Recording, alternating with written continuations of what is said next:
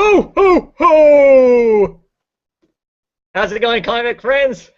I'm Travis, or known today as Santa Comics, and I am bringing you a wonderful show where me and Mike, Sergeant America, are going to talk comics. How's it going, Mike?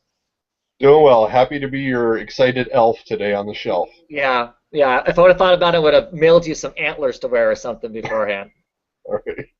So, I did send out some invites. It sounds like people aren't getting those invites. So if you find them, awesome, jump on the show. If not, watch the show or curse my name a whole bunch or whatever. Any rate, wonderful Google Plus. One of these shows, I'm going to quit saying that. I'm going to quit complaining right off the bat about the wonderful program that we use that allows us to present this silliness every week. Any rate, thank you for those that have tuned in. Mercy in the comments, singing jingle bells and all. We are here. What do you want to talk about first, Mike? What books? We both of us have some of everything. Yeah. So Um, where do you want to start? I would say Independence. Okay, I have a bunch. All right. What do you want to talk about first? We, Uh, we have some. We have some that are the same. Witches then. Okay, let's talk Witches. Witches issue number 3. Wonderful cover there of, I'm assuming, somebody being burnt. That was the one thing is we touched on it before a little bit that I love Jacques' artwork and I was a big fan of The Losers, Hmm. but I am having a little difficulty with the multi-layered effects, especially the magic, the watercolor sprinkles or whatever they want to call them. Some of those is just making it a little difficult for me to know what am I truly seeing on the page. Yeah, the Pollock effect, as some of us are Yeah, calling it. If you're familiar with modern art, um, I think there on my screen you can see it. Of course, you have your panel work. Um, Sorry, not sorry for the scary nudity on this page, but you have your typical colors and whatnot. Any of this spattered effect, and it's on every page, different colors, but it's on every single page. And the last issue wasn't like that, right? no, no, because we were thinking it tied in more with the magic, we thought. Yeah. So not every page. This is literally every single page has this spattering effect, and to be quite honest, I find it extremely distracting. In some cases, it works. Here, they're Yeah, setting in the rain. It makes sense. That's rain spattering on stuff. I mean, raindrops. I get it. There's another scene in here where he's walking through the woods and he's calling for his daughter, and it almost has because of the colors, it almost has like a light filtering through a heavy canopy of the leaves, and that works there. But otherwise, yeah, it's to me it's maddening. It it has no rhyme or reason to like the individual panels. It's not covering the individual panels. It's just literally thrown across the top of the entire page, and or it sure looks that way to me, yeah. and I don't like it. I don't like it at all, to be quite honest. I mean, it was distracting. And it is a generally a tough story too to follow for it to have this added extra question. I think is creating a sense of difficulty also for me. Mhm. I mean, in the back here, they got this great process. You were talking about it. Yeah. Um, and there's Damien, Sleepy Reader. Hey, how's it going, Damien? Hey, We hey. we just got started, and we're talking about the coloring on witches, which I know that you had an opinion about it also.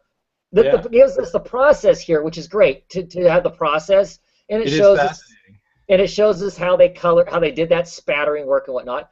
But nowhere does it explain the justification as to why the hell you would do that throughout the entire book like that. Right. It would make sense if it was in certain scenes and certain pages, Right. but it Right. seems like he just discovered how much fun it was to do this and just did it everywhere, Right. Yeah. was my impression. Yeah. He piddled all over the pages. So, I mean, I like it in theory, but it was too much. Where's my copy? Yeah, I don't. I'm sorry. I didn't even know if we'd be live yet or not. So is this We the first book are. you've discussed? This is the first book. We Yeah. just fired it up. So And on a I few would. pages, it kind of even gets in the way. Like this page here, I can't quite Yeah. see as clearly as I would have. You know, I actually almost like it there because that page strikes me as it's supposed to be pretty freaky and twisted and messed up, so I don't mind it there. And before you came on, I was talking about the fact there's like a page where it's raining and they're in a car. It Uh-huh. works there as raindrops, and there's another scene where he's walking through the forest and it's in yellows and it kind of works there, kind of like light penetrating through the canopy of a tree, and it works well there, but just randomly spattered across the entire book. I mean, just the opening pages, Yeah. it wrecks it for me. It absolutely. Right. It's like he spoiled a really cool special effect by just going random, just doing it everywhere. Right. And Right. I mean, like at the beginning where he's talking about the family history, Uh-huh. he didn't do it, but I mean, as soon as he could, he started putting it in. Well, Um, even in the family history, it starts Yeah. taking over. I think It's there. all right. It's there if builds you up. look at it. But Yeah, no, if you're he right. had just used it that way in the family history, so it's slowly building up, but then we get to the modern world and it's just Yeah. maybe he felt it was building a psychological tension. I can't tell if it gets more and more throughout the book, but I don't even think It did. It built a tension with me. It built a tension with me. By the time I was 2/3 of the way through the book, I'm like going, God damn it, I hate this. To be quite honest. Yeah. Now I love the And story. it looks like there's some really good art here too, the black and white art. Like this Right. Yeah. mouth coming out of a tree really grabs me, Mhm. but the color gets in the way. Mhm. And normally I like Hollingsworth as a colorist. Yeah. He's a I strong like the color. first two issues quite a bit, Hmm. which had a little bit of some kind of effects in them like this. But not like this though. It was the effects before were ones you would go back after you read it and then notice, oh, he was doing that here and this here, not in your face. Right. Right. Now I really like the story. To me, the story itself is really compelling. I mean, I'm more engrossed now than I was the first two issues. So for me, that's good. Each issue, I felt more engrossed in what's going on and the bigger scheme of it than the prior one. But I tell you, the coloring was really distracting. I mean, I'm deeply interested in this whole him getting mugged by this lady that's just wearing a shirt. That's all she's wearing, and she Yeah. stabs him with something, and now he's got like I don't know. Is he crazy? He has a map on his Right. chest that he's. I mean, that all is. And she's telling him she's going to steal away his memory of his daughter, which is like a parent's worst nightmare. So that's Right. really, really effective horror. Yeah, yeah. And so I like all of that. I mean, I just, boy, the coloring really, whew, yeah, it really threw it off for me. That really was disappointing. So I'm kind of hoping that the next issue that gets dialed back again. I don't know. Yeah. I haven't Yeah, really heard anything. I haven't heard anybody say anything positive about it, so I don't know. Well, I wonder if Jock is pissed at it because it's his artwork that's being obscured. Yeah, I don't know. Story-wise, as the family comes back to the house, am I to understand that they have this super monster slide at their house? No, that's set in Okay. the past when she's That was younger. 2011 or 11? 2000. Yeah, it's like 4 years ago, So that was one of those indoor play areas that people like a McDonald's or kids do something. for birthday parties. Yeah. Well, and I was just wondering because when they come home, and it was, there's just two little blurbs, after they lost her in the woods, they come home from their car ride. Before they do a discussion, it looks like he's climbing out of the slide thing. Is that just supposed to be a remembrance of the Yes. first time they misplaced her? Or? Yes, they come into the Okay. house. They come into the house, and then we have a flashback back to that prior time. Because he's challenged her. He's challenged her to hide, and Okay. and now suddenly she's so hidden they can't find her, kind of a thing. All right. Which Okay. is kind of mirrors mirrors the fact in the current time she's disappeared. Right. They're hoping that she's hiding at the house and she hasn't shown up yet. Because I was just having so much difficulty then when she pounds on the window to show where she's at. Right. And then they cut right to the mirror and him looking in the mirror. There was too much of that where I've seen the magic world behind mirrors, or right, and that's where I was having difficulty. Well, and normally when we read a book, that's where either there's a little thing telling us the difference in time, which at the beginning it does, but normally a colorist would help us out there, right? By it being, it's a flashback by the coloring, by it being colored differently or something to give us some of those visual clues. Those visual clues get obfuscated. Ooh, big word. By the coloring, it makes it muddy to where you're not sure what's, what's going on. Yeah, I mean, I think I figured that scene out, but it was a weaker one, and the color certainly could have helped there a lot. Here's a funny thing for me with Witches. He explained a lot in the essay of the first issue, and then I've heard him on an interview on a podcast, Word Balloon, explaining it even more. And so I'm confused about what I'm supposed to know from reading these 3 issues and what I do know. So according to what I think he's told us, and I'm not sure in which venue, that all of these witches are a scientific kind of thing. Like they use herbs and potions, and they're an unknown science, basically, hidden in the woods. So maybe that was in his interview. And that confused me a bit in reading this issue. But yeah, I haven't been paying attention to any of that stuff, nor did I even read the back matter where he kind of explained whatever. Because I just wanted to enjoy the story itself. So I think he made a mistake explaining too much in public. Yeah, and nothing really shows us that, other than that woman injecting him. Clearly that's not voodoo. That's being injected with something. Except that the injection mark is gone when he goes to show the police, and that's where I stumbled over all that Snyder has told me about it. Doesn't make me like the book any less, but it just sort of like, oh wait. I've heard Snyder talk about this, or read him talk about it. So I shouldn't have said that. I've ruined it for you now, like it's been ruined for me by listening to those interviews. Oh, no, I'll be fine.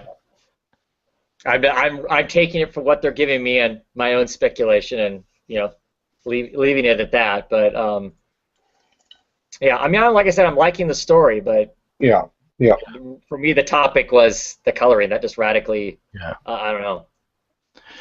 I remember I was discussing the coloring with T on Twitter. I wonder if she ever commented on it when she got it. Just curious because she's more of an artist. What an artist? Right. I don't know that she's read it yet. I got the impression that she hasn't read her comics yet. Oh, okay. For shame on her. I just had this feeling that you monitor Twitter a little more thoroughly than I do. No. Oh, I was asking her about another book though, and she said she hadn't read anything from her books yet. So. Okay.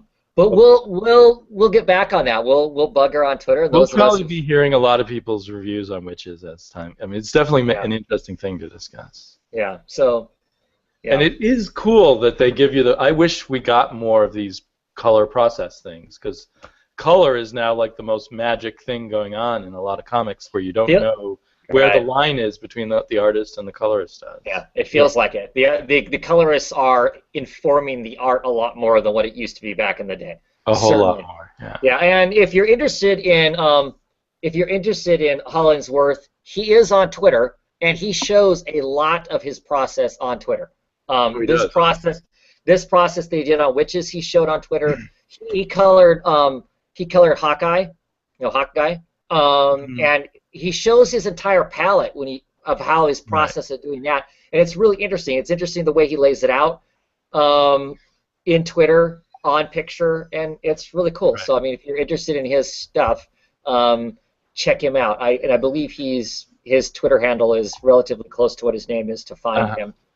And this is certainly the inverse of his coloring on Hawkeye. Right, where he's using that flat muted palettes of grays and purples. And then he's also now, I have a feeling that Matthew Wilson has switched over to Marvel, because Hollingsworth is now the colorist on Swamp Thing.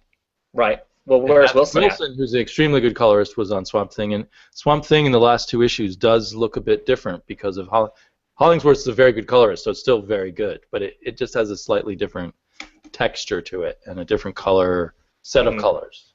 Mm-hmm. Yeah. What's the other guy doing for Marvel? He's doing Thor, and he's doing what else did I see him doing at Marvel? There's another reason Thor looks so good, huh? Yes. One of the reasons Thor looks so good is definitely the colorist, which is Matthew. Okay.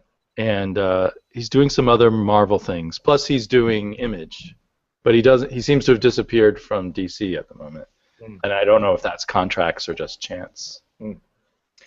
Okay. Anything else you want to say about Witches? No. What other indie books do we want to talk about? Well, if we're talking about coloring, Rumble's kind of an interesting one. Did you read it? Did you get to read it yet? Yes. Oh, yeah. And did you pick it up, Mike, or did you No. give it? I did not pick it up. So, I mean, this is Dave Stewart coloring, and it seems like Dave Stewart coloring a little more vibrantly, a little more, not over the top or anything, but just more noticeable kind of colors. And I really enjoyed it. I liked seeing him sort of let loose a little more. Does that make sense, what I'm saying? Well, yeah. Right. Well, yeah, because you get so used to seeing him do so many books from the Hellboy universe. From the Hellboy universe, from the Magnolia universe, and that really has a strict palette that he uses there. And then, you know, he also colors J.H. Williams' work, just to let you know. And that stuff is extremely vibrant. Is extremely vibrant. Right. So and this very painterly over there. Yeah. Yes. So this is somewhere in between those, I guess. It's still closer to the Mignola kind of coloring. Yeah, but definitely brighter, more dynamic. You know, for sure, as far as that goes. And the art. I liked the art, but I think I loved it because of the coloring. I think the coloring put it over the top for me. I like James Herron. I like James Herron a lot too. He's dipped around in the Magnolia universe quite a bit. That's where I know his work from. And he had a very good Conan run. He was yeah. With Brian Wood, he was kind of the best. Well, him and Becky Cloonan were the two kind of top people who did Conan with Brian Wood. And of course, John Arcudi. Is that how you say his name? How do you say his last name? I say Arcudi, but I've never heard anyone say it. He, of course, writes in the Magnolia universe. He is basically the co-writer with all of almost everything of Mike Mignola. With Mike Mignola, right? And so we don't really know where he begins and Mike Mignola ends. Well, I this is feel the first time like I've seen him write by himself. Okay, see, last year he wrote Creep, a 4-issue miniseries, 4 or 6-issue miniseries from Dark Horse that had nothing to do with the Hellboy universe whatsoever. It was really cool. He wrote a pretty fun run, I think around 2009 or 2002. I can't remember which now. Of Doom Patrol. I actually liked his Doom Patrol. That's before the Mignola stuff. So, I mean, I have some experience with what he's written. Right. I like him as a writer. And it sounds like from an interview I heard recently with Mignola that Arcudi does a lot of the character stuff, the smaller character moments and things, and Mignola does the kind of bigger plot arcs and whatnot. Right. I would say here I had a problem with I loved the art, and I had a problem with the writing. Maybe just as a first issue. So, what didn't you like about it as far as the storytelling of a first issue? I really am not sure what the story is yet. Okay. And I don't know. I don't, because I've read a lot of not nearly as much as you, but I've read enough Mignolaverse to have a certain amount of confidence in him. I will stick with it for at least a few more issues. But with this first issue, without any background on him, I would say, what's the story here? He hasn't let me know why I should read the next issue. There's not like a real... There's some interesting shenanigans, but they don't link up very much. I don't know what it's all about. There's obviously a magic sword. That's about it. I'm not even sure if this is the future, another world, just a twisted version of our world. You know, it's too vague to me in the writing. The art, I might, even without knowing who Arcudi is, I might grab another issue because I like the art so much. Well, and, we saw the cover to issue 3. Me and you did uncover the covers, and we were looking at the cover to issue 3, which looked pretty amazing. So the art on the cover looked amazing. I can't remember if it told us anything about what's going on. No. I agree with you. This first issue doesn't. It has some curiosities. It has some things that make you, to me, they make me go, but it wasn't. And there's some exciting moments clearly in it. There's some stuff in here. I mean, this character gets smacked in the back of the head and falls apart into a pile of straw. Right. There's some Hicks out fishing and Body walks out of the swamp. Is that all related? We don't know. Is that enough to be compelling? I guess is the question. For me, that stuff's all entertaining enough, and I have faith in the people that are on the book. I'm excited to keep reading it for a while just because of that. But if I honestly look at it as a first issue, there's these vague things happen, and none of it is really hooked together. I mean, I thought the beginning was interesting, but I don't know how that beginning references the rest of the. Right, and that's what made me think we might be in a different world, because the mountain on the first page, is nothing like a mountain on Earth. Right, and this giant, this creature walking along. I'm not even 100% sure is that the guy with the sword or not. They walk past a broken down Paul Bunyan land, and then past the gas station and a bunch of abandoned, crashed up places and whatnot. It's almost like it's our world, but a little more ran down. Or a more rundown version of our world, yeah. Or is it Detroit? And that's just Detroit right now, right? And there's like the lady with the cat. The cat falls out of the window. I mean, what did that? I mean, it was amusing, but what did it have to do with anything?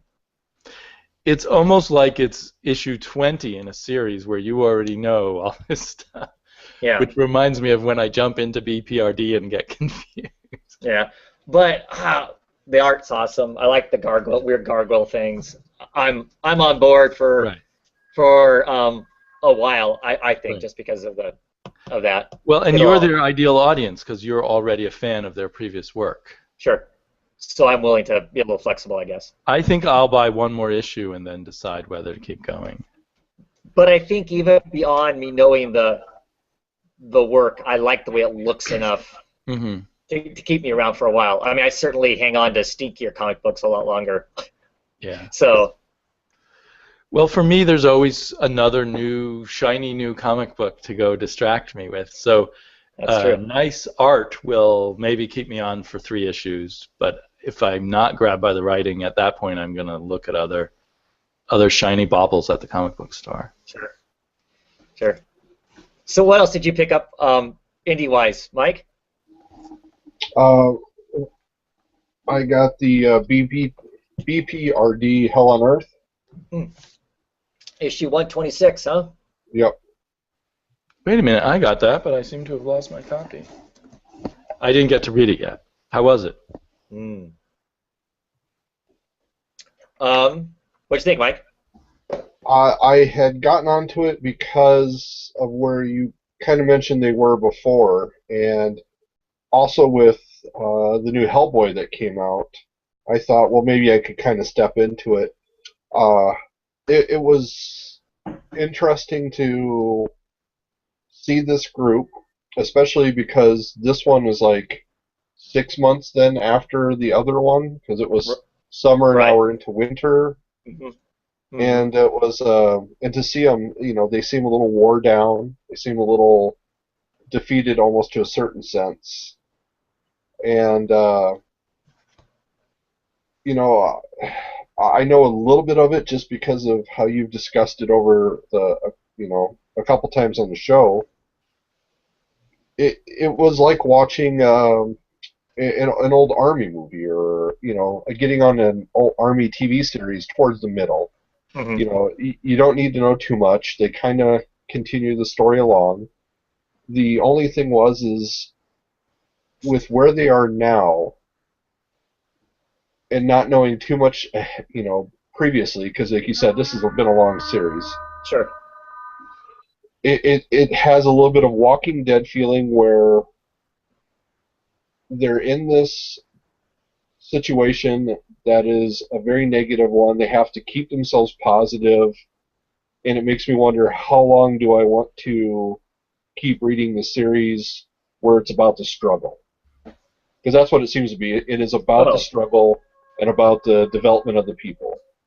Yeah. So. And it definitely is, because the world they're in is broken, and they're they're grasping at straws trying to beat these giant things, and they've kind of lost. I mean, in a large sense, they're hanging on for the human race kind of thing. You're right. I mean, that is a good description in a way, that it's Walking Dead in the fact that that they have kind of already really lost the whole thing. Yeah. I mean, they have a sense that they can win, but it's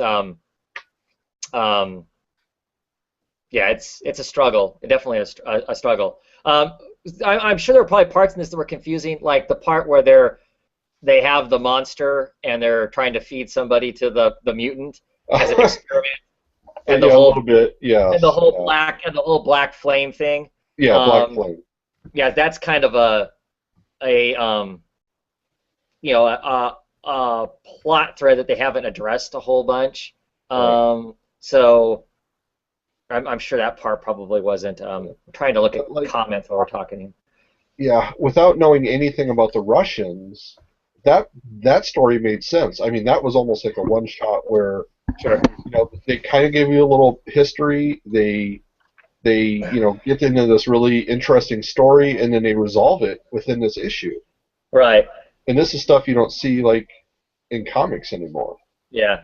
Speaking of Russians, this 2-page spread is probably, in my opinion, worth the price of the book by itself. They basically ran a small nuclear bomb into this giant black creature over here and blow part of it up.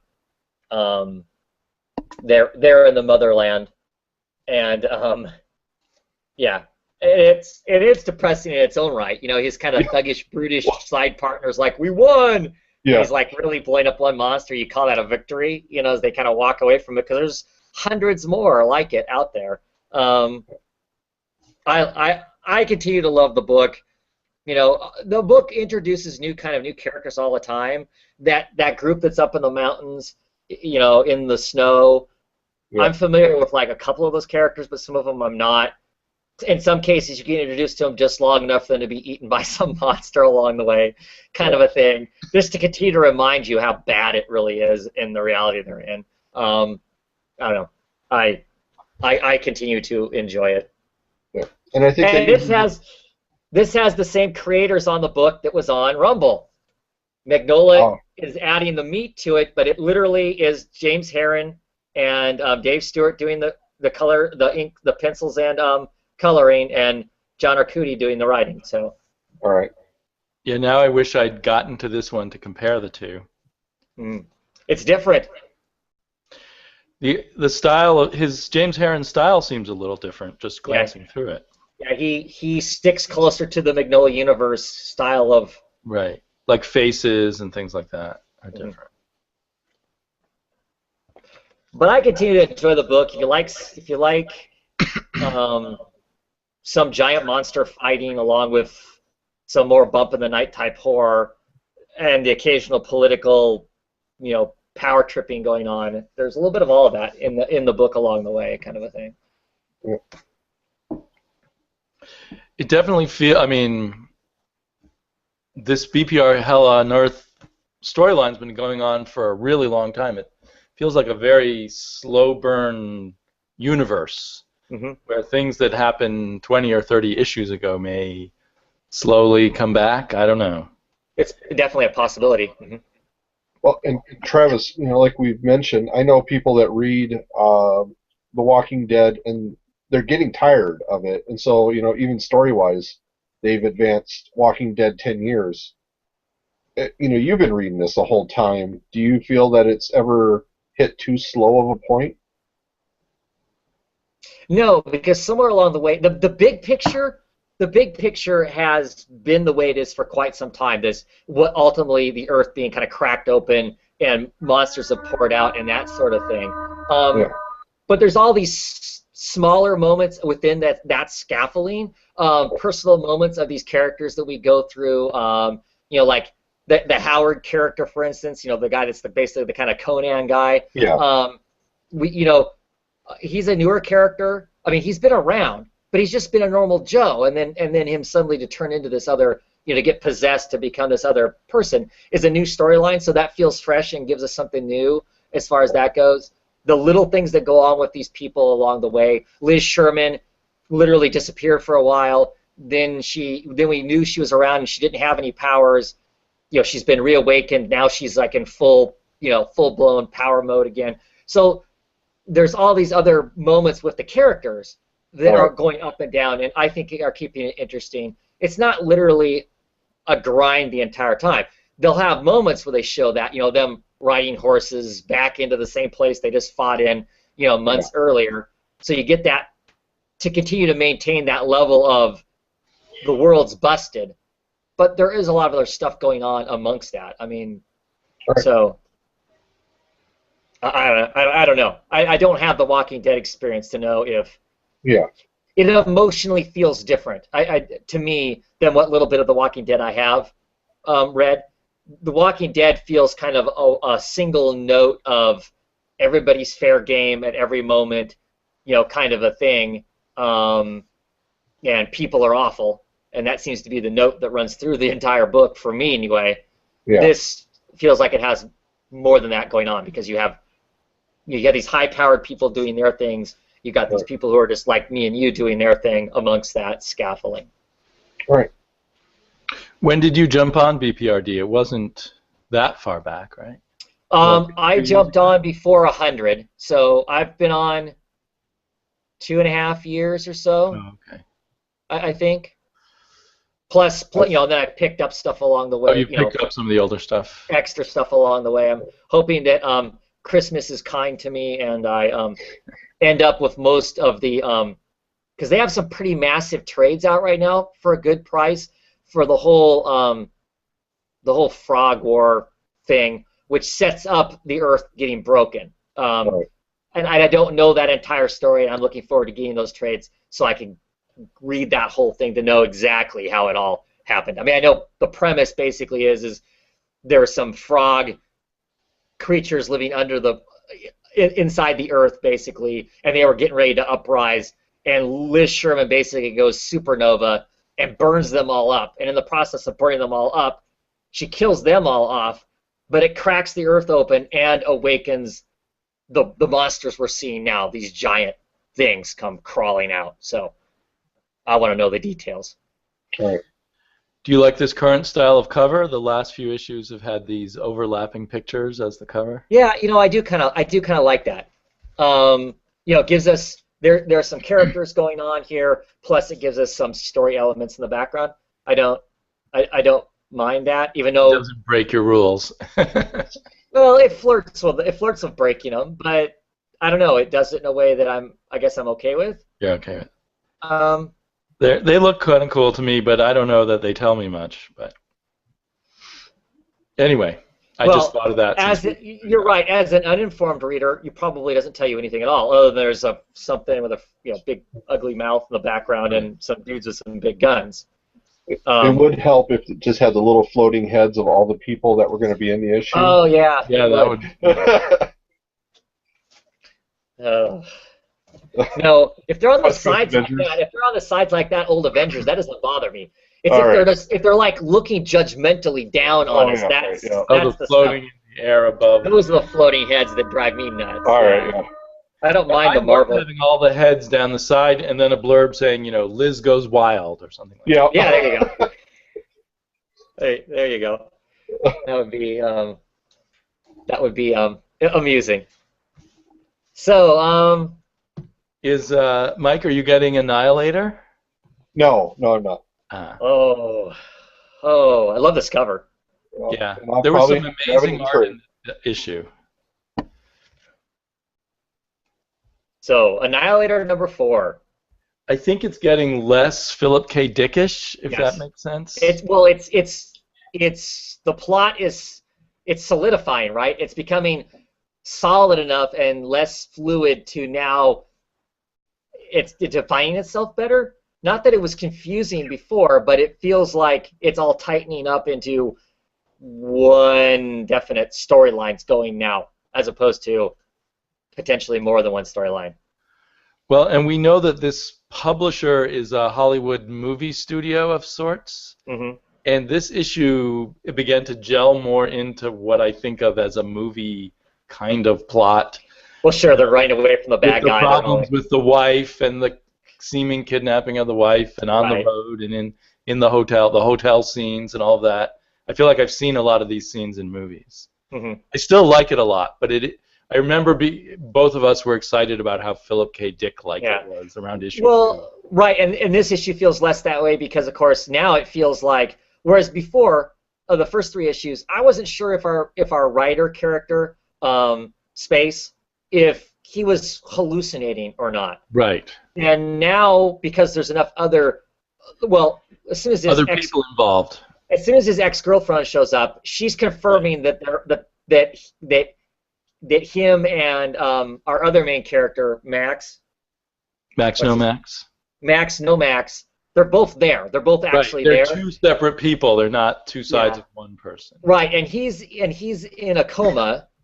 So clearly, this other guy who's taken on the mask that's a doppelganger of Space really is a doppelganger. Because last issue, I wasn't sure that he was just like blacking out and doing this other horrible stuff. Right. And maybe that still happens. I don't know. But now it's harder to make that happen than what it was before. Right. So in this issue, right, in the first 3 issues, you could think it's possible this is all inside of his head. Right. Baz's head. Or Space's head. Space's head, yeah.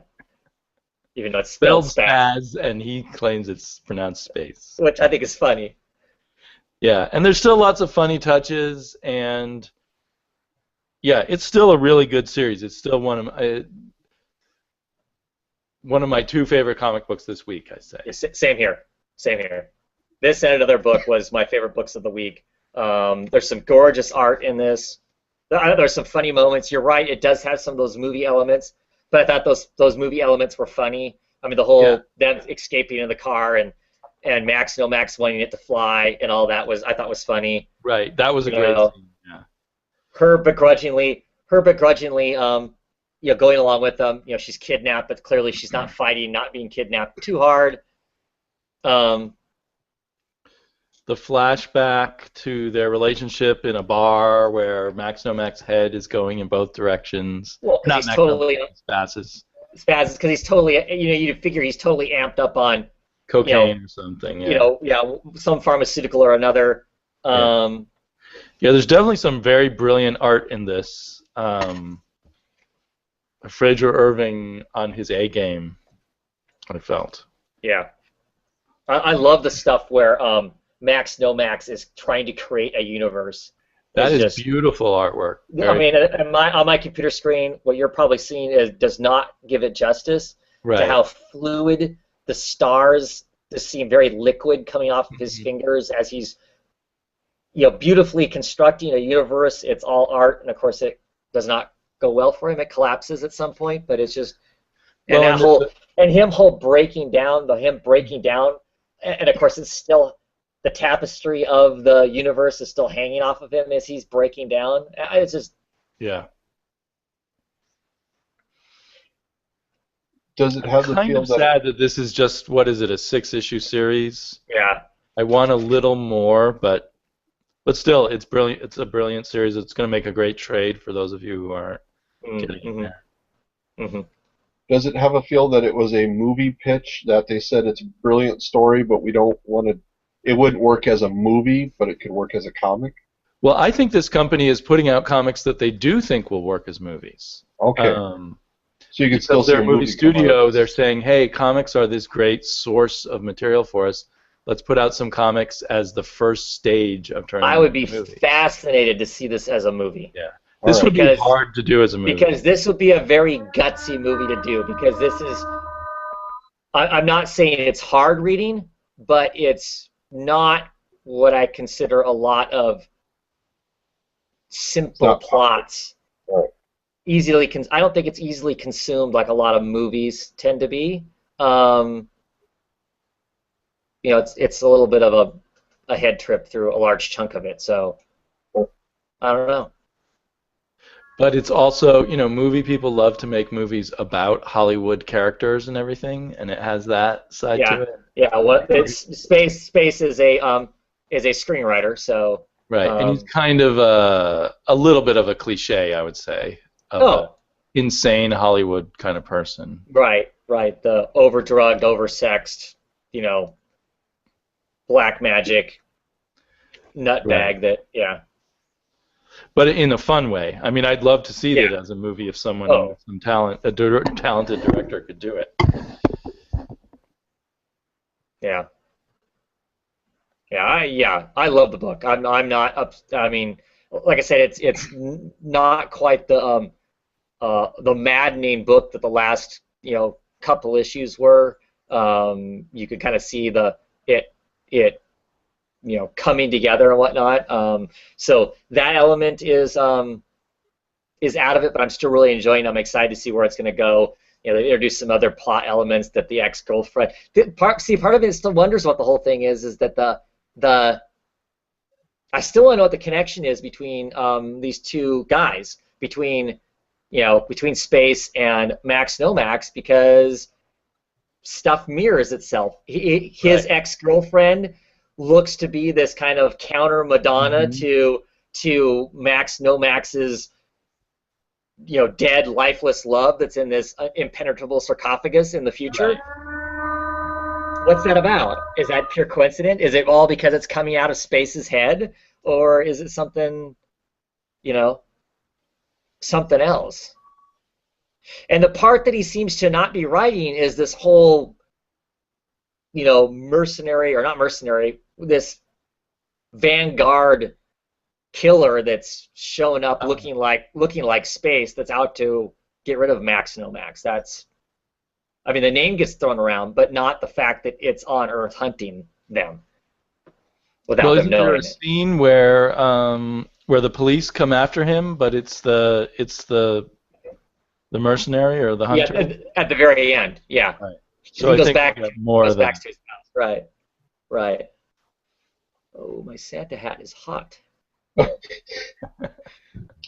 You strapped electricity to your head. I did. It's a very wise idea. I was gonna I was gonna hang it in the beard too, but didn't have time. So, We'll just Photoshop in the beard lights there. oh, yeah, there we Yeah. go. I'll get I'll get comics to comics on that. He's a good Photoshop person. Um, so, any other indie books you want to talk about? I've got a few more. What I'll else? You got, mention Mike? Manifest Destiny. I like that Um, cover. yeah. They finally do encounter Native American tribe, um, and they go into a little bit of the backstory that Lewis was basically told by Jefferson, you will go on this exploration trip. There are monsters and you may die. But if you don't, you get to be governor of a county or a territory during that time. And he goes to uh, Clark, and at that point he's like, I don't want to go back into Indian territory. Evidently, he has had difficulties. He probably slaughtered several of them. And he goes, well, you may die. He goes, all right, sign me up. So, I mean, they know it's basically a suicide mission that they're getting into. And they know there's monsters. They're supposed to clear out as much as they can. They're supposed to figure out a way you know, to make it hospitable. And it continues the story along. It's what it needed to be. It needed to get going.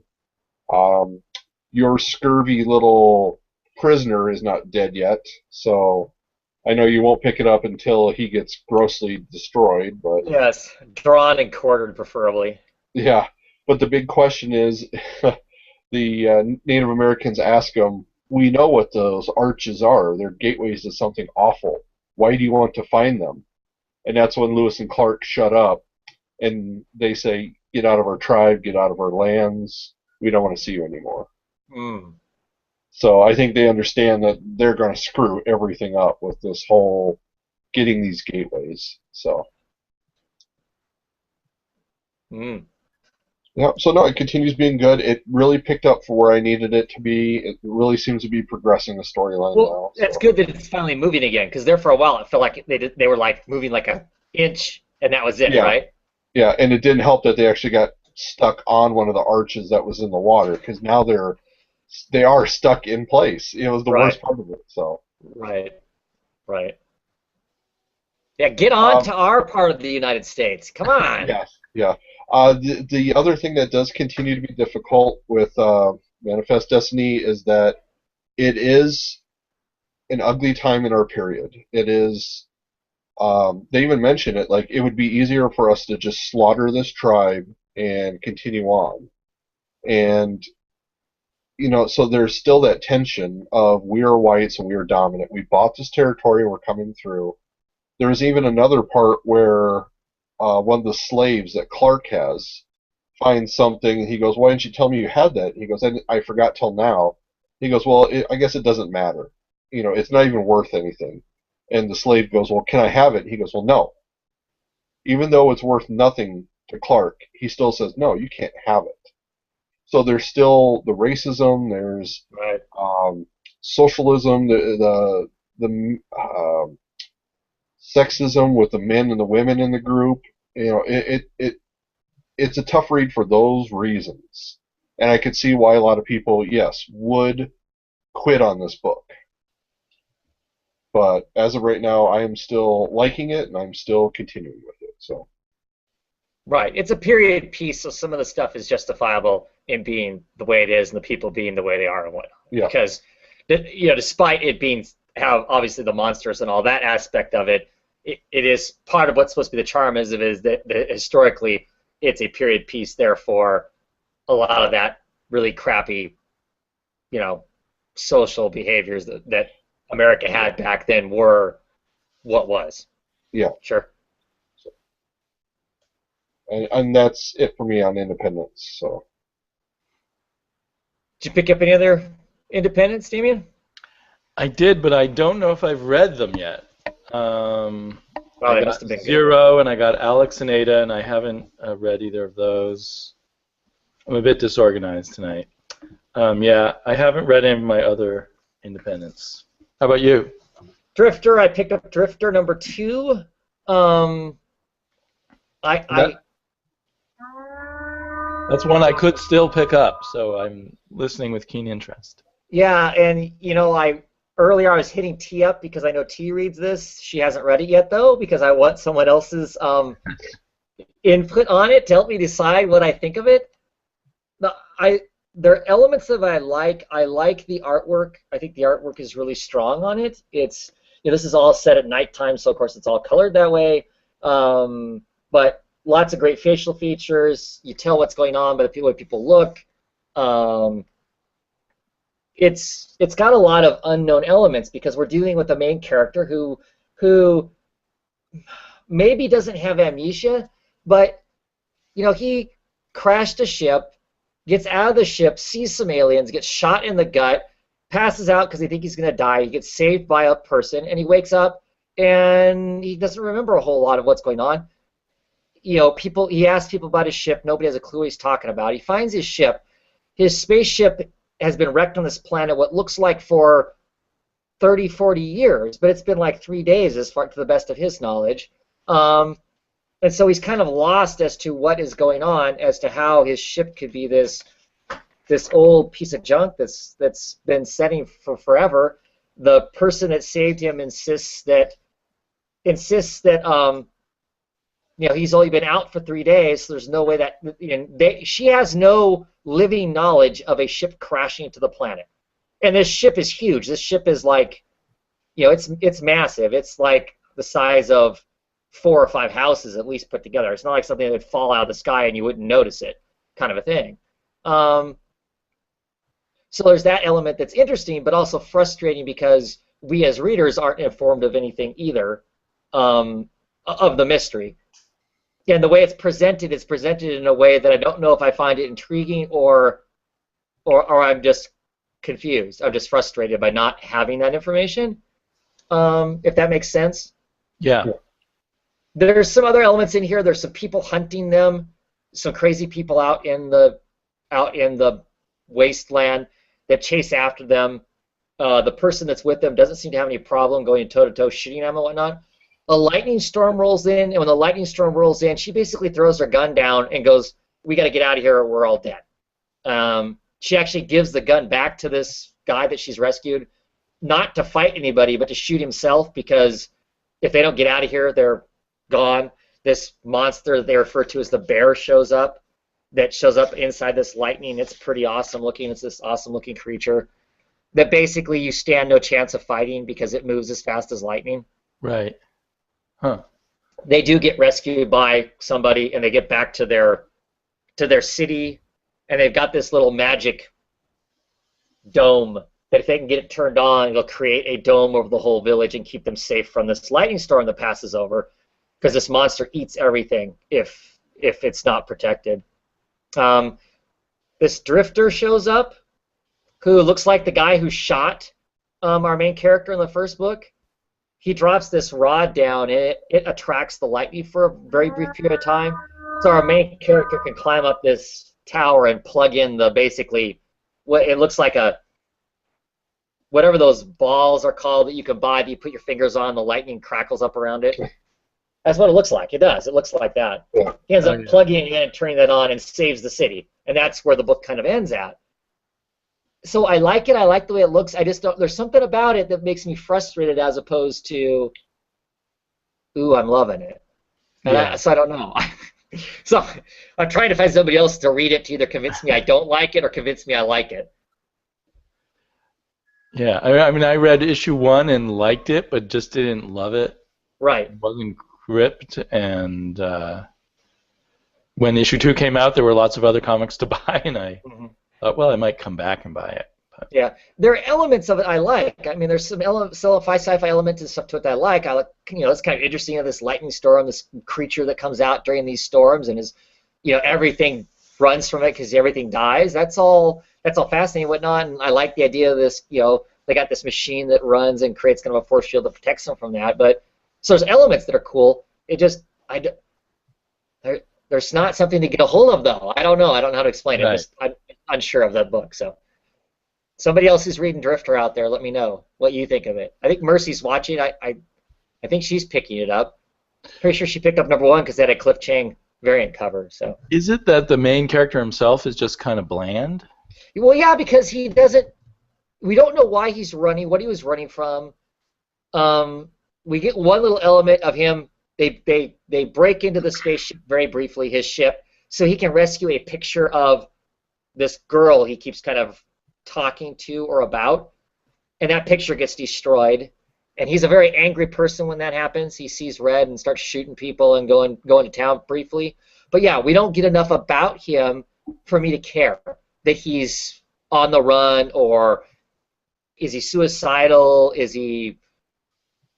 We don't know. There's not, that's probably the biggest problem, right? There's not enough elements about him to make me go, I want to care, right, whether the monsters eat him or not. The nurse is more interesting. The medic woman is more interesting than he is. Yeah. And I think that's one of the hardest things in science fiction, is to make sure while you're thinking up all these other cool things that you remember to keep the characters interesting. Right. Yeah, I don't know. And some people do that very well, like Rick Remender or someone like that. But. Sure. Yeah. I read Intersect. See my last will because you already ordered it, or did you want? See my last review. I ordered it. I was happy to order it. I just did my order yesterday, and I ordered yet another issue of it. Oh, you did? Okay. Yeah. So, I wouldn't recommend this book to anybody. I'm fairly sure I don't like it either. I'm reading it because I want to get what's going on, and I'm not sure I'm going to. And I don't like having a book make me feel. Dumb's not the right word, but like somehow I'm not in the zeitgeist of whatever this is trying to tell me to go, oh yeah, I get whatever metaphysical, whatever malarkey this person's slinging at me. But there are interesting elements, but it is still just such a, I don't know. It's a. Just kind of a mixture. It would be cool if it was really a head trip, but it's not quite that. I mean, it doesn't have enough panache or something to really actually for me to read it and go, wow, this is a real head trip. I don't get it, but it's kind of just out there. It's not even that. I don't know. I want to know what's going on, so I'm going to keep reading. But like I said, I would not recommend anybody else spend the, I don't know, $3.50 it is to get this. Yeah, I think a lot of people kind of hate it. Yeah. You've read it. Yeah, right now I'm reading it in the same way I read that book Change that came out last year by Image. It was just an absolute nightmare also as far as what it was trying to tell me and whatnot, but at the same time it tickles some perverse thing in my head about how it's just so screwed up that I'm going to keep reading it for a while, I guess. So there's that. I'm still reading Kitchen. This is issue number 2. Becky Cloonan covers. Yeah, that's a nice cover. Yeah, of course that's not the art inside. It's Ming Doyle inside, and I like Ming Doyle's artwork also. I enjoy this book. It's nothing. I don't know that it's anything special. It's basically just these, housewives of some mobsters who are trying to run the family business while their husbands have been thrown in prison, and how far are they willing to take it, and how hard it really is. As simple as the men made it look, it's really not that simple, and you have to make a lot of hard choices. And of course, the guys around town keep screwing with them because they don't really want to take crap from the women, and so they attempt blackmailing. The guys do attempt to blackmail some people, and it looks like one of the guys is going to get out of prison, but it's not one of their husbands. It's one of their husband's friends, and he is like the most homicidal, psychotic of all of them. It is the guy that's been released for some reason. His sentence didn't stick, and so he's getting released from prison. And of course, he's going to show up, and I'm sure he'll make their struggle to try and hold down the family mobster business even harder because he is an absolute loose cannon of a guy. So. Does it feel like a TV pitch turned into a comic book, or does it feel like a comic book? That's why I didn't pick it up. Yes, it could easily be a TV show, a mobster TV show about women. I think it's a good comic book. The art is really strong. Ming Doyle is a very good storyteller in her own right, as far as her artwork goes. And so I think it has all the right elements that make it a comic book. But easily turned into a TV show that could be shown, anywhere from AMC to the HBO show, whoever wanted to do it. Really, even regular cable television could do it. Right. It's easily consumed. This is a comic book you could give to people who aren't into comic books, because comic books are about superheroes, and if you like The Sopranos or that sort of thing, this comic book really works, because it's a mobster's life. It's these women trying to hold it down as opposed to your typical guys. So I wouldn't say it's anything special. It's not captivating as far as that go. But I'm enjoying it. I like the craftsmanship that the artists have put into it and whatnot, if nothing else. So. Bunker issue 8. Are you reading this in trade, Daniel? Trades, yeah. Great issue. Things are getting so complex as far as future selves and past selves. What's really true and what's not true. I mean, the premise is they open up these group of friends open up this bunker, and they find out the future. Their future selves are the President of the United States and kind of his entourage that changed the world, better or for worse. They're told that all this horrible stuff's going to happen, but they have to follow through with these things in a certain way to save the human race. Otherwise, the human race is going to be extinct. Well, once you've been given the knowledge that you're going to do these horrible things in the future, do you really follow through with that, or do you start going, no, there's got to be a better way to save the planet than creating a a wheat germ that's actually going to kill us all, or that sort of thing.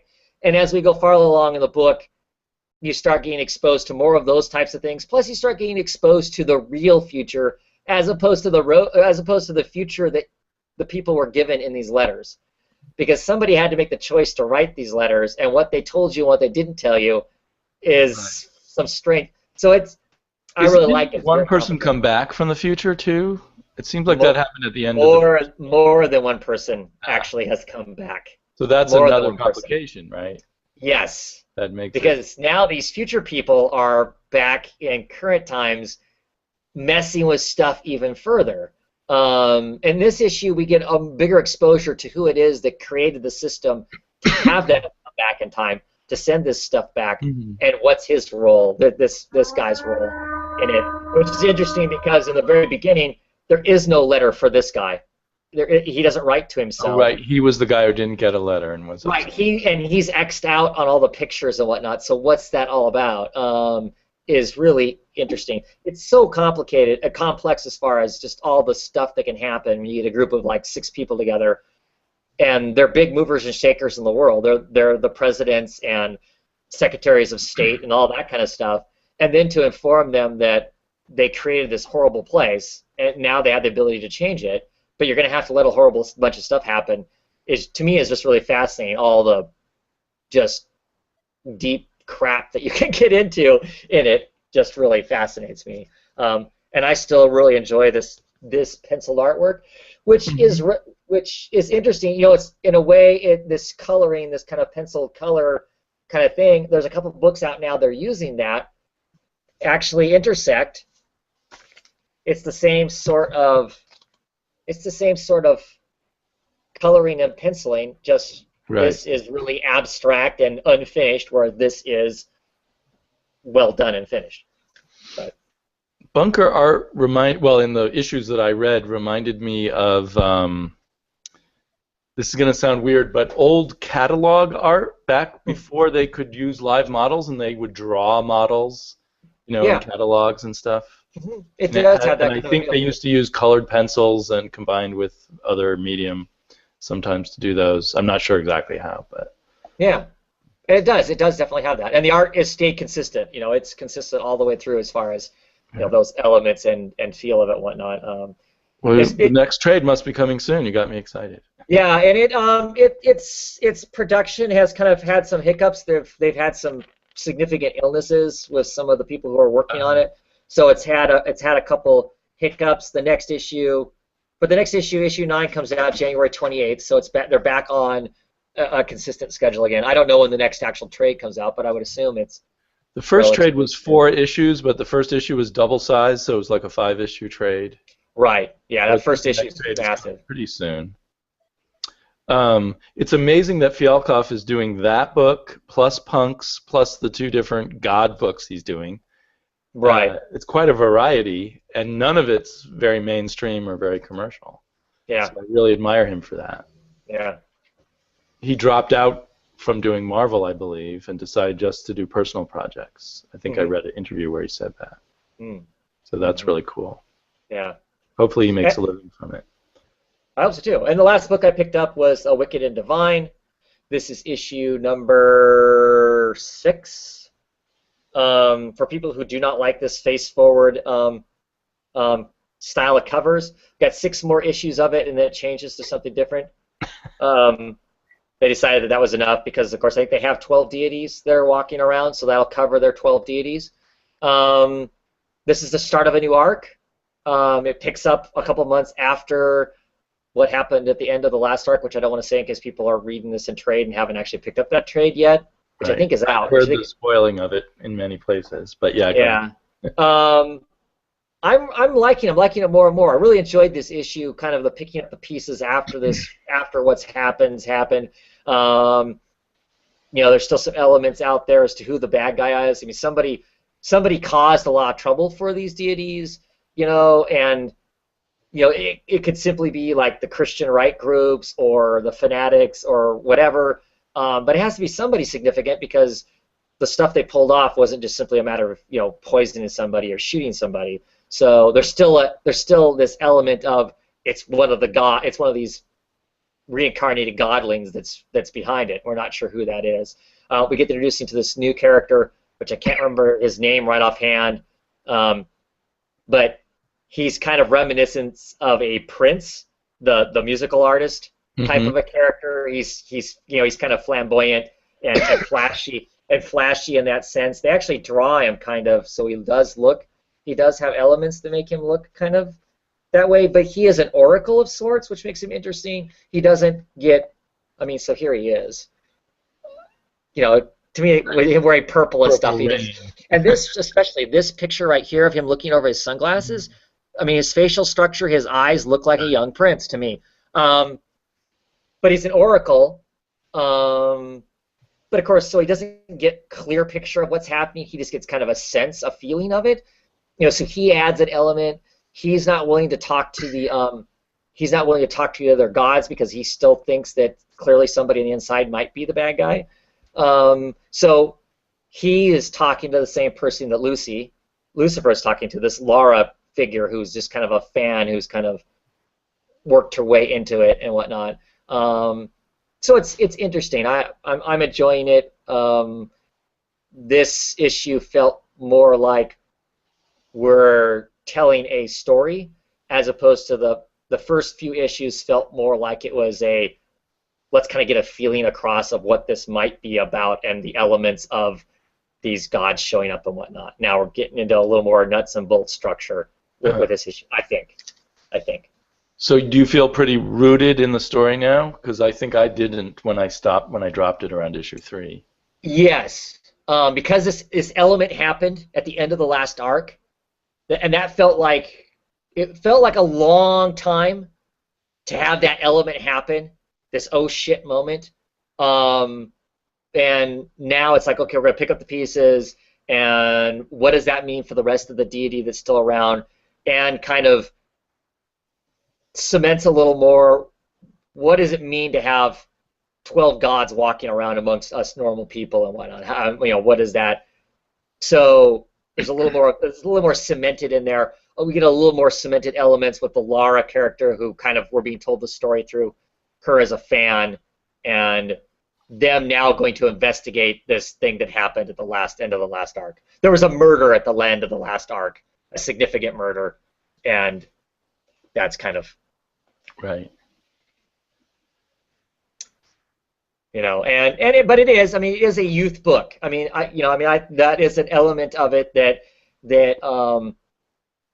not to imply we're old, Damien, but they definitely are playing to a club audience kind of a thing to a degree that I don't know is going to be for everybody, certainly.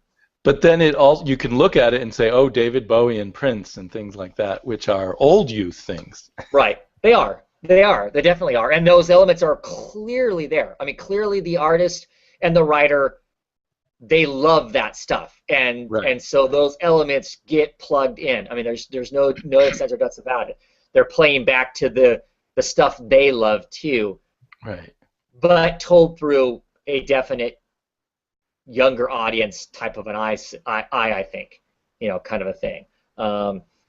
So, I don't know. That's it for me for indie books. I actually got a couple more. I haven't read them.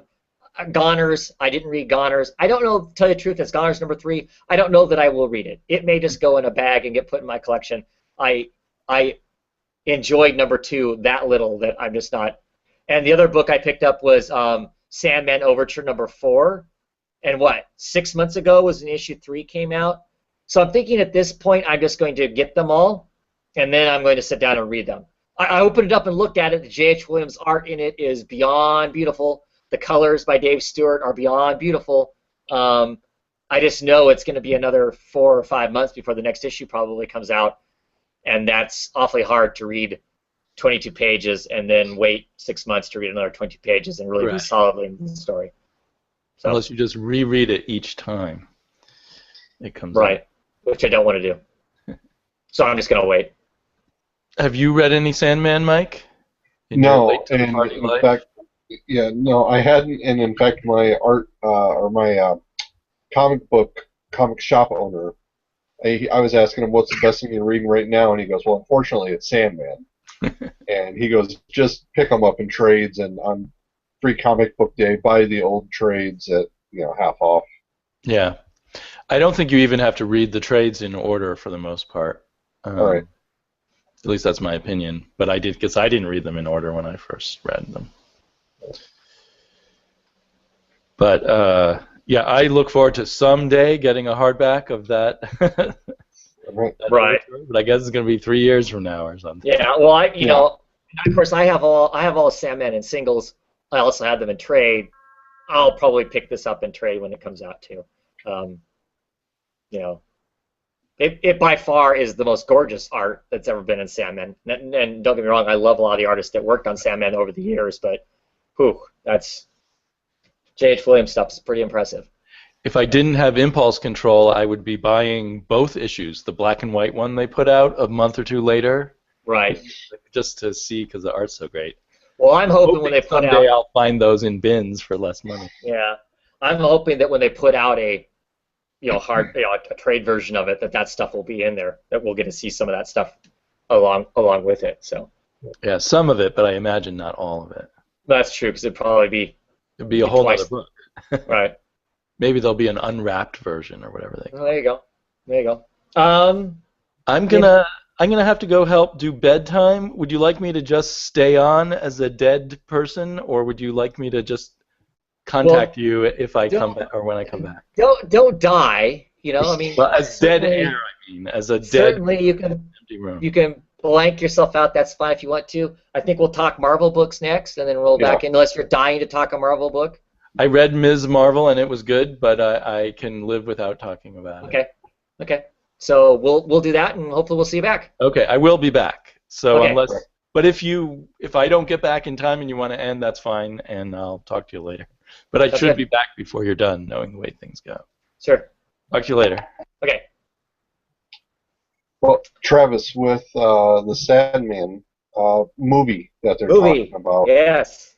What storyline do you think they would do, or would they have to do something brand new, or? I would think that in some sense they're going to have to do. They'll do the first storyline to some degree. I would think they're going to. I think they're going to show. I think they're going to show him captured.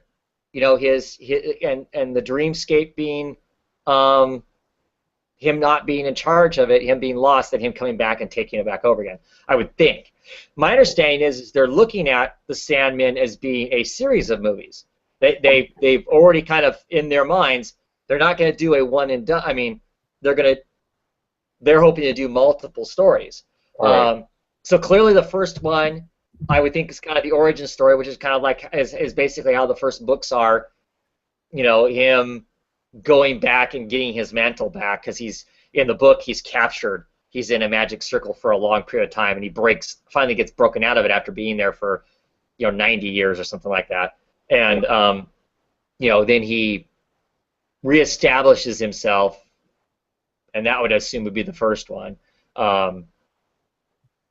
Then where they go to from there, they can kind of hop around into any of the story verse to a large degree, unless they intend to end the thing, and then of course they would go to the end, because it does have an ending. I mean, it does end. The series does end, but sets up to move on. But it moves on with a different kind of a thing after that. So, but that's what I would guess. I would guess that first one's going to be kind of like the comic book in the sense that him having this beginning and going and collecting.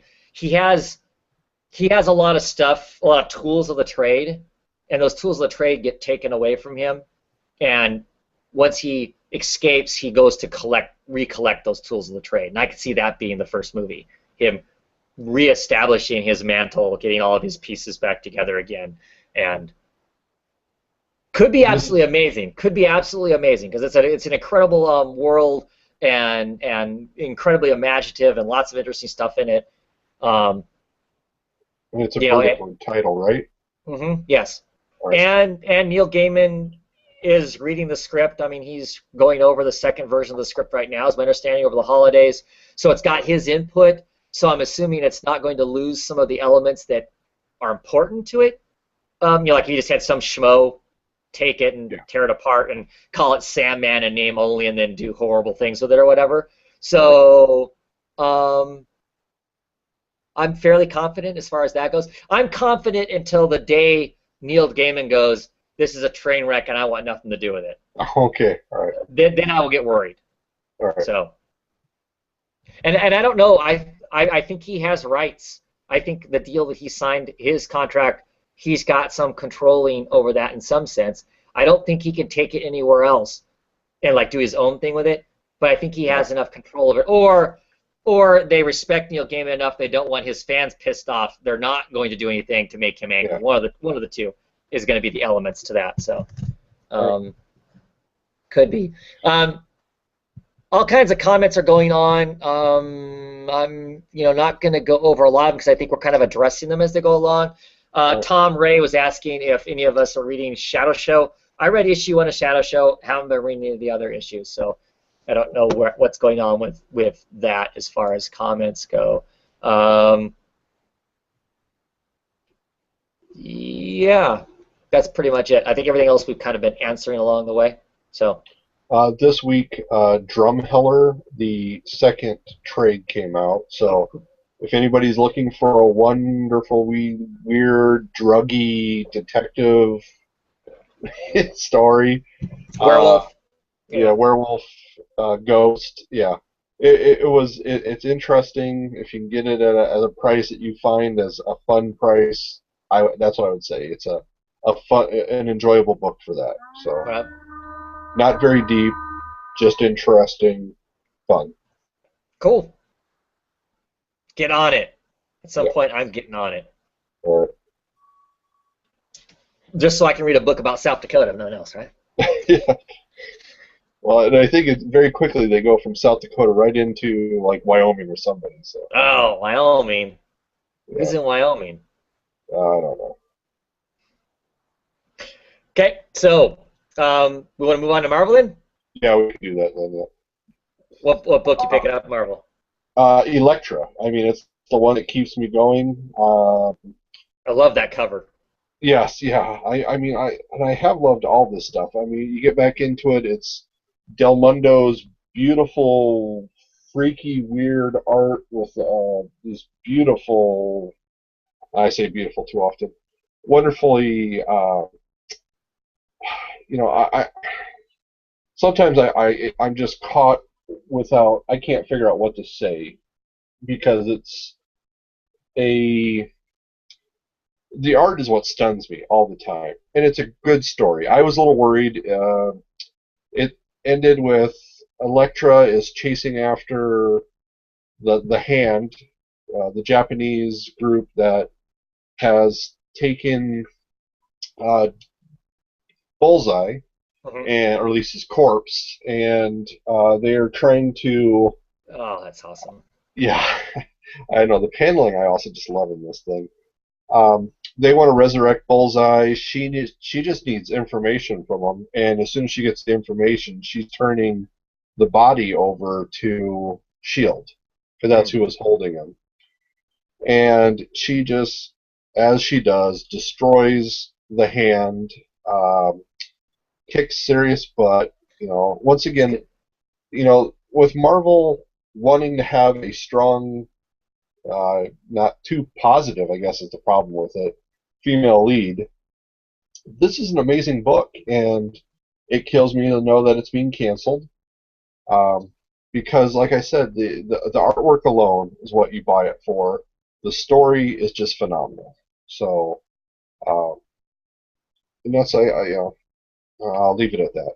So. Yeah, it's cool. The paneling work in there is like the J.H. Williams style paneling, where the paneling itself is a picture along with the art within the panels.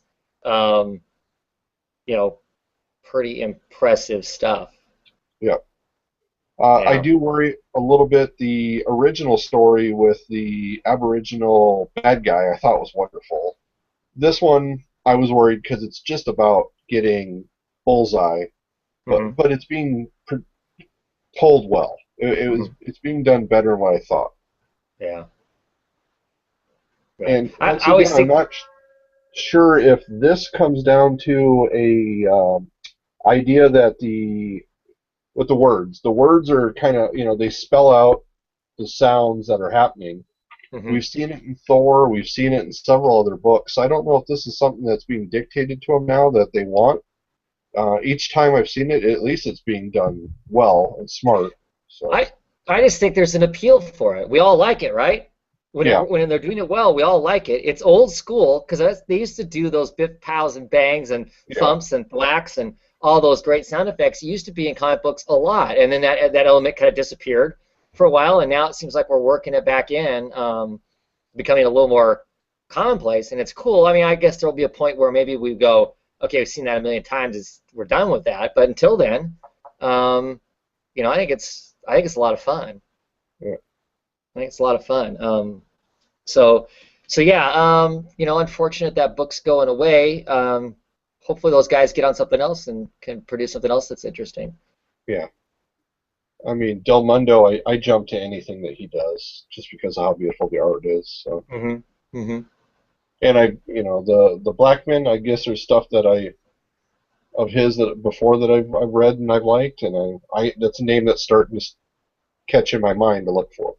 Right. Yeah, clearly his work along with J.H. Williams on the Batwoman, those of us who love that, definitely love that. What I did read of Elektra, it felt like he was certainly could carry his own there. It wasn't him just relying on J.H. Williams' artwork to, get through a book or whatever. So, yeah, curious to see what's next. There's like what, one or two more issues left of that? I believe this is 9. I'm trying to remember if it was 11 or what it was. That's Yeah, something around there. Yeah, yeah. I guess enough that they can kick out the 2 trades. So however they want to do that. So Right, right. Well, the only Marvel book I picked up this time was Ms. Marvel, issue number 10. Um, to a large degree, say some stuff about this that I've said about Ms. Marvel all along. A wonderful, charming character. Her approach to superheroing is refreshing and fabulous because she approaches it as a young teenage girl who wants to maintain a positive attitude about stuff, regardless of how bad or how tough the situation might be. How do we work our way through this? She's she's presented with a problem that makes her basically go, damn, this superheroing thing is awfully hard. It's not as easy as black and white, punch the bad guy and you're done. She rescues all these kids. The kids don't want to be rescued, though. The kids are being used as batteries for machinery and superpowered devices. And when I say use as batteries, it literally uses them up and then they're gone. And they've been convinced that that's a good thing because their generation isn't worth anything else, is basically how it is. And so she has to try and convince them that that's crazy talk. You all have wonderful lives you could live. Don't let the adults dictate to you. These old cranky people who are burning the world up with oil and everything else. Don't let them dictate to you that that's your only place in life is to save the world by becoming human batteries. The bad guy in this, who is a giant humanoid parakeet called the Inventor, which is ridiculous but funny, steals her dog, steals Lockjaw, and that's actually part of the hinge to turn all these kids around. It's like, and because she's explaining all this bad stuff, and then she finally goes, and would a good guy beat up a little girl and steal her dog? And they're all like, no, he wouldn't. I just love the realization that obviously this guy's a bad guy because good guys don't steal people's dogs. That's just ridiculous. yeah, So they all, gather up their sticks and clubs and go to beat up the bad guy, which doesn't go well for them. I mean, because clearly the guy's got these giant robots that are working for him. But it's still it's still a lot of fun. The artist on it, Fiona, I guess is how you say their last name, is just a refreshing, interesting cartoon style. I love her always using her big hands to beat stuff up and whatnot. Just amuses me when she stretches her hands out to, to clobber stuff. It has a cartoon element to it, but for some reason, within this comic, it matches up. It feels right. It makes sense, and yeah, I don't know. It's just it's a lot of fun. ridiculous things happen to her. She tries sneaking into the base, and she falls through a glass window and lands right in front of the bad guy. And of course, she's like, "That isn't. How can this be this hard? This isn't this hard in the movies, kind of a thing." So it does a good job of playing fan service to, what if a teenage girl that watches all the movies and reads the comic books will become a superhero and have this kind of mentality about stuff. It's just fun. It's just a great book. And I bought the first trade. I've enjoyed it. So thank you for everything you said about it that made me want to buy it.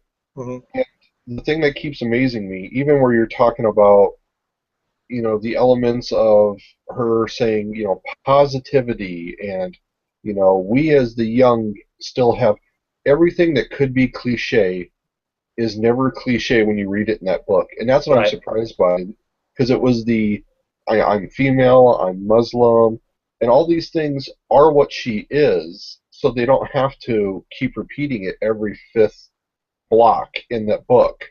Right. And they just spell it out with her actions and her deeds, and then shows how much more she is than just all the little points they're trying to make. Yeah, definitely a good point. I mean, and like I said, I talked about those things, and you're right. Those things could so easily be taken as corny or cliche. And the way it's delivered in Ms. Marvel, it feels really good, and it feels like it works and stuff. So, I'm the only one who doesn't own a Santa hat. Is that it? You're the odd man out. Clearly, I have no lights to plug into my brain or anything. Yeah. I've just got energy to waste, I guess. Yeah. My daughter decided to go to bed early. It's like a miracle. Wow. A Christmas miracle. Yes, we were talking about Ms. Marvel. About how wonderful it continues to be.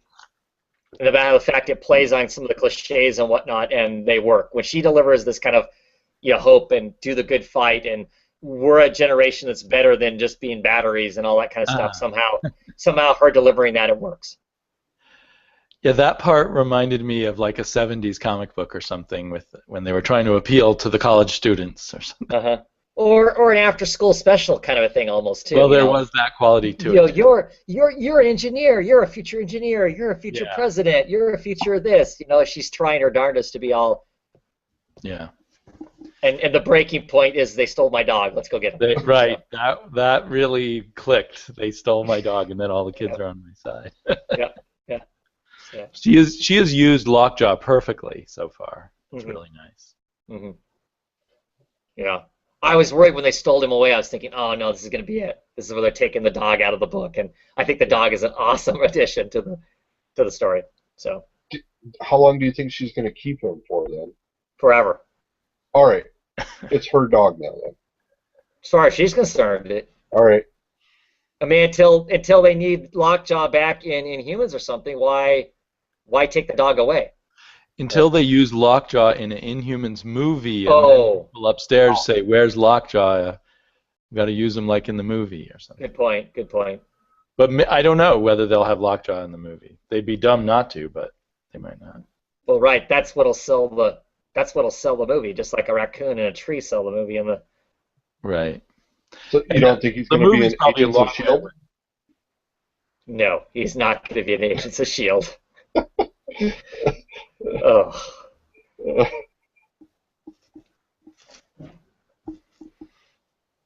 Okay, so Sleepy, were you able to read that book to your daughter then? Because I know you always have to go through it first. I could read it to her. I have not, and we've kind of let Ms. Marvel lay fallow. To a certain degree, it was a little bit slow going for her. All right. And it was the kind of story that was hard for her to wait a month for. If I had any complaints about it, is we're on issue 10 and we're still basically on the first story arc. All right. And I don't know if this inventor character really deserves such a long story arc. I've enjoyed the ride anyway, but for my daughter, it's just too long of a story, I think. All right. So we may come back to it when it concludes. If it has a pretty happy ending, I may read the whole thing to her. One thing I didn't get to ask you, and since you're right here, we're talking about story arcs. Little Nemo, do you feel that it needs to progress, or are you all right with how it's going? I'm all right with how it's going. How are you doing with it? I love the book, but I need it to go Uh-huh. somewhere. Yeah, and so the original Sunday comic strip, back in 1905, did Yeah, not go anywhere.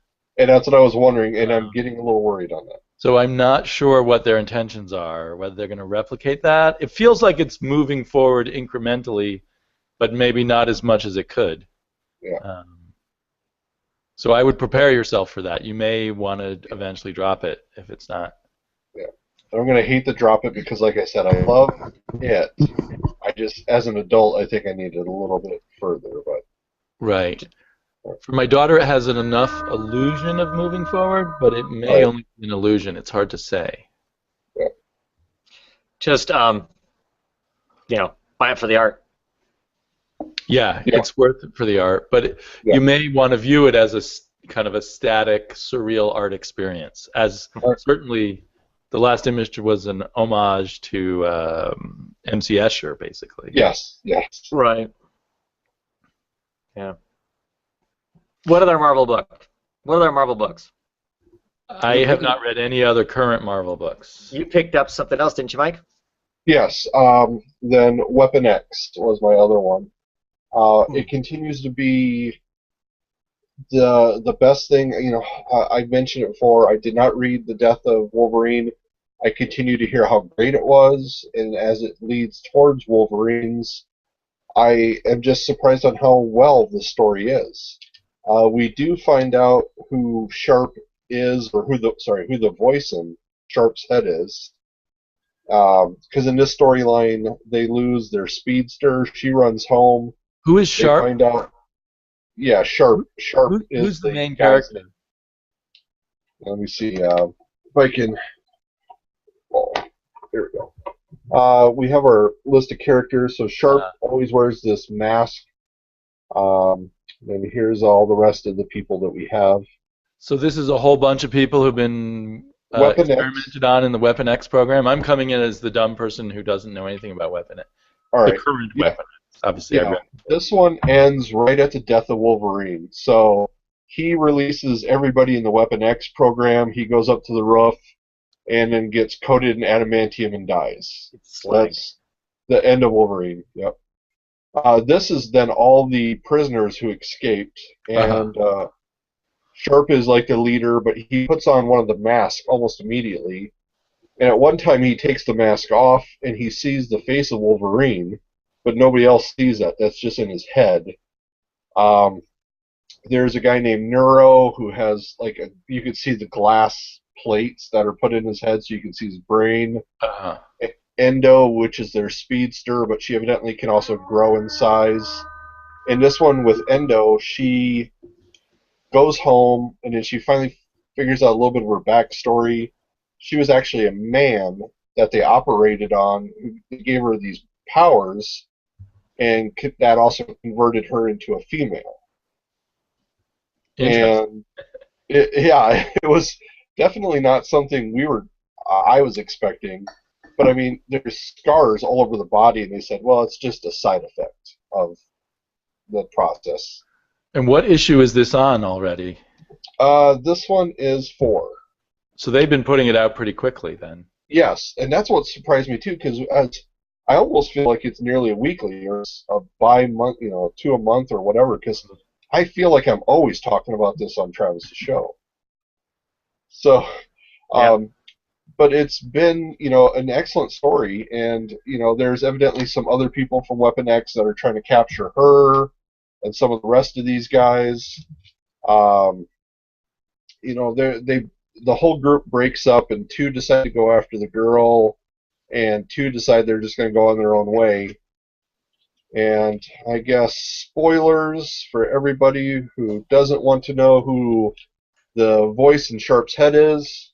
If you're a Wolverine fan, it's OG, or the Master of Wolverine. So, Ogun, O-G-U-N, Ogun. Mm-hmm. And so this is who this voice is, and he's, I guess, flirted between bodies for quite a while and has now landed in Sharp's body. I don't know hardly anything about this guy, so it just continues to be a good story. And I don't know how many more issues there are. I don't know how far the story goes, but I'm just enjoying it. Each one, it gets me far enough in a storyline. It gives me enough characterization of each person. It gives me enough action. It hits all my points for a big two Marvel book. And I like it. I just continue to like it. And at this point, I think they can drop the whole Wolverine. You know, they don't have to talk about him anymore. They can just go on with the story from now. But it's now, I guess, Prisoners on the Run feel. So if you need a good explanation on the arc, it's Prisoners on the Run. Yeah, I just asked because I'll probably read it eventually, and it sounds like a fun one to read. Yeah. And it sounds like it will stand alone. I won't have to be reading all the other X books that were being put out at the same time to understand. Right. Yeah. And Audrey, your comic book mom, is also reading it, and she likes it each issue also. Yeah. Well, between you guys, I'll talk about all these books that you like and the writers that are on it and whatnot. That's what's got me conned into picking up the weekly Wolverine book when it comes out. So we'll see. Is that the one written by Charles Soule and Ray Fox? Ray Fox. Yeah, and this one is written by Soule and. Oh, that one's written by Soule too. Okay. Right. Yeah, and it's the penciler is Angela Unza, and the inkers are Deering and Lasco. And I don't feel, with having two inkers, I don't feel there's any issue with it. And D'Amata is the artist, or colorist, I'm sorry. Frank D'Amata. I haven't noticed that name, but all right. But you're happy with the art and color? Oh, very much so. Yeah. And I mean, and like I said, this is one more thing that feeds me into. I was not going to get Wolverines, and I'm probably going to pick up Wolverines. So yeah. That way, Travis also doesn't have to be alone. So. All these good Marvel books makes it hard to stick with my no $3.99 corporate book attitude. Yeah. Yeah. And I already break it a little. I bought a DC this week. That was $3.99. I feel guilty. Travis, I know how much you love Marvel. Do you got any Marvels? That Ms. Marvel is the only thing I picked up this week. So. All right. Yeah, I just got Thor #3 in the mail. I'm psyched to read it, but I haven't read it yet. Oh, and I went to the chain store, to get the Thors because last week, of course, you and T talked about issue 3 about how great it was and whatnot, and everybody's been talking about how great it's been. So I thought, okay, it's time to go and get them. Chain store didn't have 1 or 2. All they had was 3. I didn't pick up 3, so I haven't decided what I'm going to do now. If I'm going to break down and pay some postage. Some evil people have told me that they would give me the digital codes for it. I'd love to give you the digital code. No, thank you. So I am your digital Satan. Yes, I will pay the postage first before I do that. So, yeah.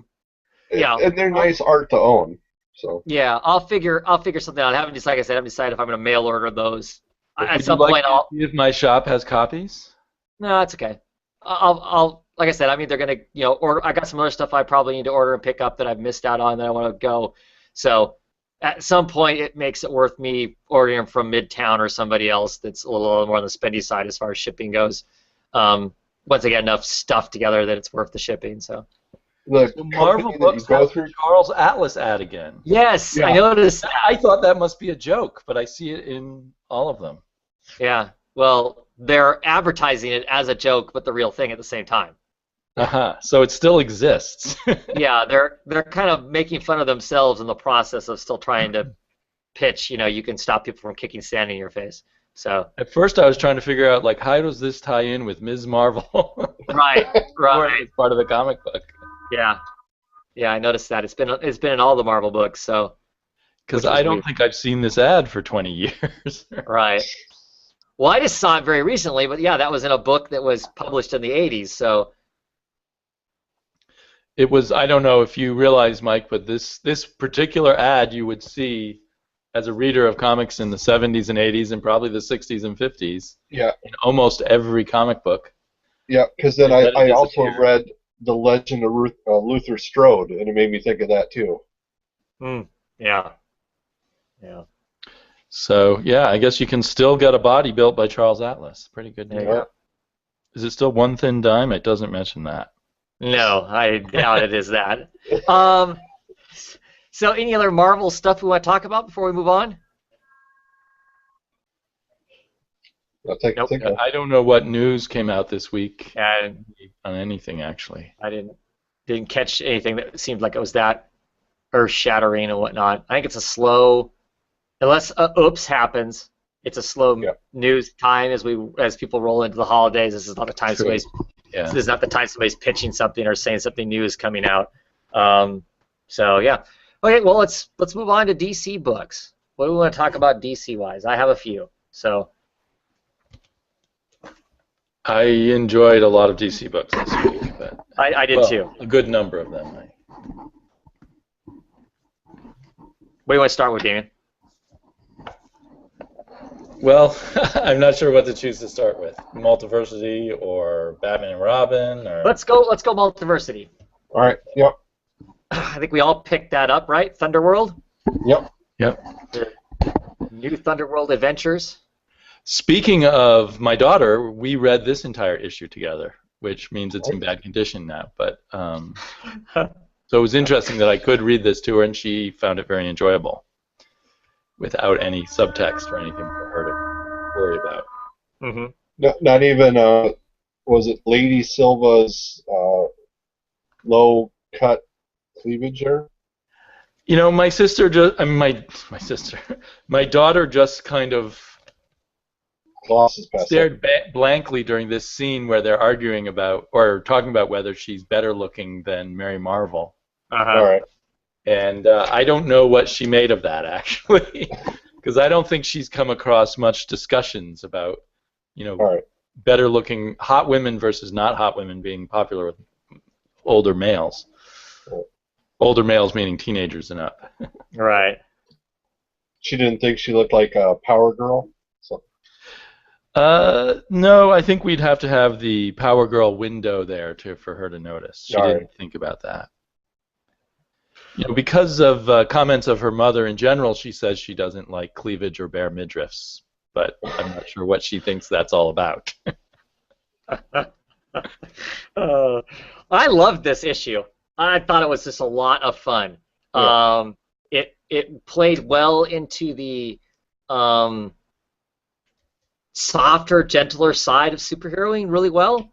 I think it played into the origins of these characters really well. Grant Morrison, clearly Grant Morrison writing it, I think he did a great job of capturing their language, even the narrative language of this story, so much differently than the last issue of a Multiversity book we got, for instance. Yeah, I think it goes amazing to go from one to the other. You go from Pax Americana to this. I think it shows just how good of a writer Grant Morrison is. I mean, a lot of people go, Grant Morrison, he's just going to write some complicated, meta text thing that you're going to have to read it 10 times to get all the bits and pieces out of it and stuff. I mean, I think it goes to show that Grant knows how to write all kinds of stuff. He chooses to write, if he's going to tell his own story, he is going to tell this, probably this heavily texted thing. But clearly, he's using the characters from this world, and he's going to pay homage to what those stories were about and how they behaved and how they acted and everything about it. I thought it was great because I like these characters. I miss these characters. Probably the last time we'll ever see these people referred to as the Marvel family, right? And Captain Marvel. That to me was almost shocking that they allowed that to happen. I was impressed how he stayed true to this universe throughout. He didn't ever break down and get gritty or even too cosmic about it. Everything was in terms of the way the old character Dr. Sivana would handle the super science and everything. Yeah. And it was fun the way he broke the fourth wall with the wizard at the beginning and stuff. Mm-hmm. And being somebody who hasn't done a lot with DC, what I always liked about Shazam Captain Marvel, is that there's always slight changes that they've done with him, where, like when he transforms into Captain Marvel, he goes, Billy is safe. And there's times where, he is Captain Marvel and Billy together. Mm-hmm. Right. And in this one, Billy evidently goes somewhere, and he comes out. And I think that's always what I liked about a lot of these stories is you could keep telling the story and make little changes on it. Yeah. Yeah. And the art is really strong in this. It's Cameron Stewart. He's the writer and does the breakdowns for Batgirl for people who want to know that knowledge. Him and Grant have done a lot of work in the past together. Yeah, and I think he did the art style to match up with this universe. I mean, because this isn't strictly what his work looks like. I mean, you can tell it's Cameron Stewart, but I don't think it's... He didn't impose his ego on this world and make it... Right. He stayed true, using all his talents, but stayed true to what this kind of children's comic would be. Same colorist colors this that colored Pax Americana, also. And you wouldn't be able to know that either, right? I mean, the coloring here is very traditional, and yeah. There's just some shots like this shot with the the Savannah guy smashing this car into Captain Marvel and him flexing his chest out to take that blow. That is a great picture. It has so much energy. That pose that he's striking, as he's getting ready to take that on the chest the way he is and whatnot, to me that's just such a great piece of work. I mean, you can just feel the energy in that car smashing into him. It's just but that illustrates where this was a more modern comic book. There's no smash, crash, pow. There's no sound effects throughout this comic. Yeah, it's true. And I had to insert them for my daughter when I was reading them. Yeah. Because I wasn't sure if she was registering the pictures the way I was, so I... A lot of the Shazams I've read, were about Black Adam or, Savannah, and so I knew that part of it, and I never read any of them with the Monster Society. Oh, right. But because it was always in the background, but it was interesting to see the monsters, or even the Lieutenant Marvels. Because I know Tawny, but I don't know some of these other people, so I could tell there's more history here, and I can appreciate it. Mm-hmm. Yeah, I loved the appearance of the Lieutenant Marvels and Uncle Marvel, who doesn't actually have any powers and pretends that he does. All right. It's such a weird kind of thing, and everyone just goes along with it and never says anything. Right. He's like that senile relative that you just kind of you humor by going, oh, okay, about whatever they're senile about, It it just ends on this very bright and cheery flying off into the clouds with the white. I mean, that's just so Marvel. The Marvels. I mean, that's just yeah. I do wonder if some people would be impatient with this after Pax Americana, because it's such a relatively simple story. Compared to Pax Americana. I mean, Pax Americana was so dense, and this is not dense. Sure, and it's good, but it's just so different. That's a fair assessment. Would you also say that both of these books, to some degree, pay really heavy into heavy DC readers, and the weight of both of these books work? Because if you're a big, heavy reader of these two things, I mean, I think Pax Americana can be a very heavy book to try and read because of all the stuff that is in it. If you choose to try and dissect all of that. Well, what helped my daughter with this is we'd seen an episode of Brave and the Bold where Batman teams up with the Shazam family, and Dr. Savannah and the Monster Society show up. Right. So our knowledge of it collectively as a family was more from other media. But if you also know, the Marvel family, you know all this stuff, this is a great comic too because it plays into that universe and those characters. And he does cleverly manage to be both a tribute to it and integrate it into his larger tapestry. Right. Because if they had written this book and used the current New 52 Shazam character, this book would not be good. It would not be very fun, anyway. Because that character is kind of an asshat. That kid that plays Shazam, he is. He simply is. He's just kind of he doesn't have the charm of this old school, just this very positive person. He's not. He's a modern kid who can go Shazam and have these powers, and it loses a lot of the beauty of this character by making him that.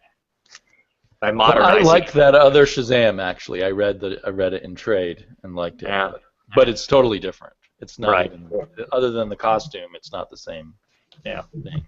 I did like that Sylvana did have the one guy who was the Nobel winner, and he's like, every other one of you guys is a criminal? Yeah, that was a great scene. Yeah. So I like how they touch on the multiverse of that. So, and he had the comic. So. Right. Yeah, they do touch on that. They tie it in together very well as far as that whole aspect of it. The comic book that is the reoccurring theme. The SOS. He even comments on how depressing the book is, the comic book. No wonder it gets canceled because of how depressing it is in the book. Ends on a depressing note, yeah. Right, and he wads it up into a ball and throws it in the trash can. And they go on with their day. I liked how Dr. Savannah complains about how comic book villains are portrayed, and then 2 panels later they're all thinking exactly what he complained about. Yeah. It's a fun. Definitely for people who have kids, you could just get this issue and give it to them, and do not give them the previous issue. No.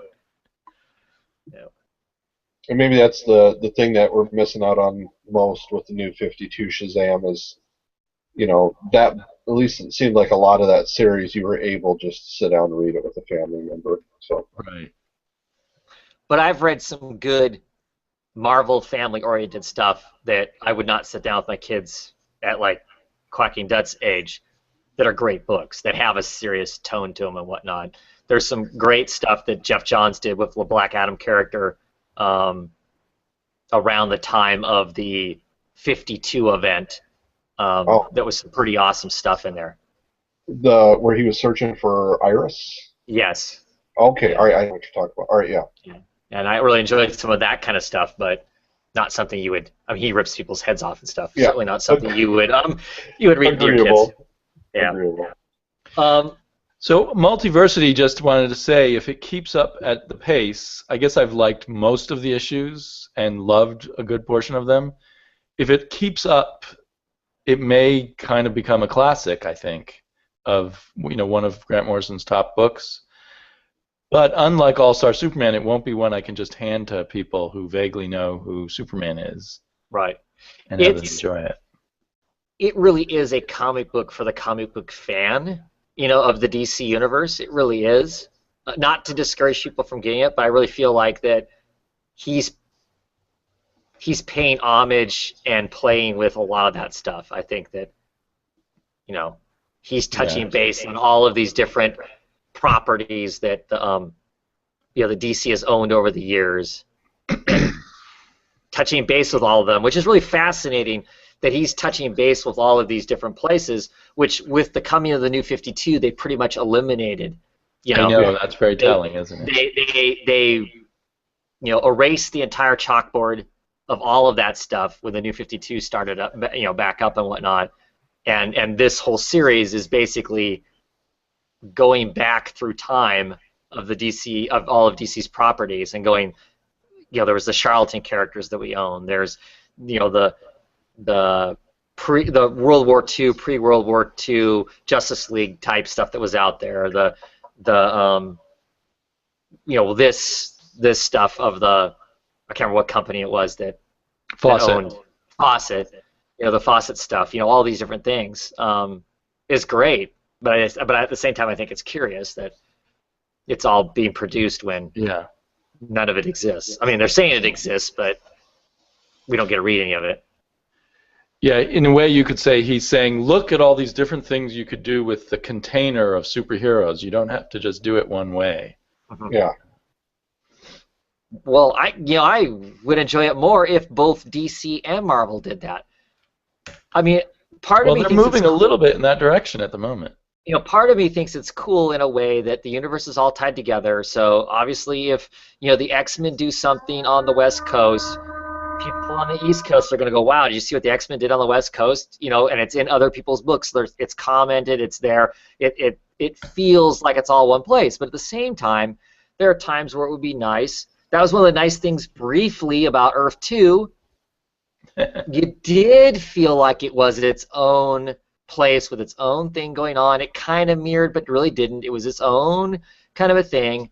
But it would be nice to have more of that, where you could pick up, the Charlatan characters, the Fawcett characters, read that universe and not worry about it being tied into what's going on someplace else. If occasionally somebody wanted to do a crossover, they could have something happen where they jump dimensions and help each other out. I mean, it's happened in the past when they had these different universes. When DC used to have an Earth A and an Earth B, occasionally the two Justice Leagues, the Justice League and the Justice Society, would get together and do something, which was kind of cool to have that happen every once in a while.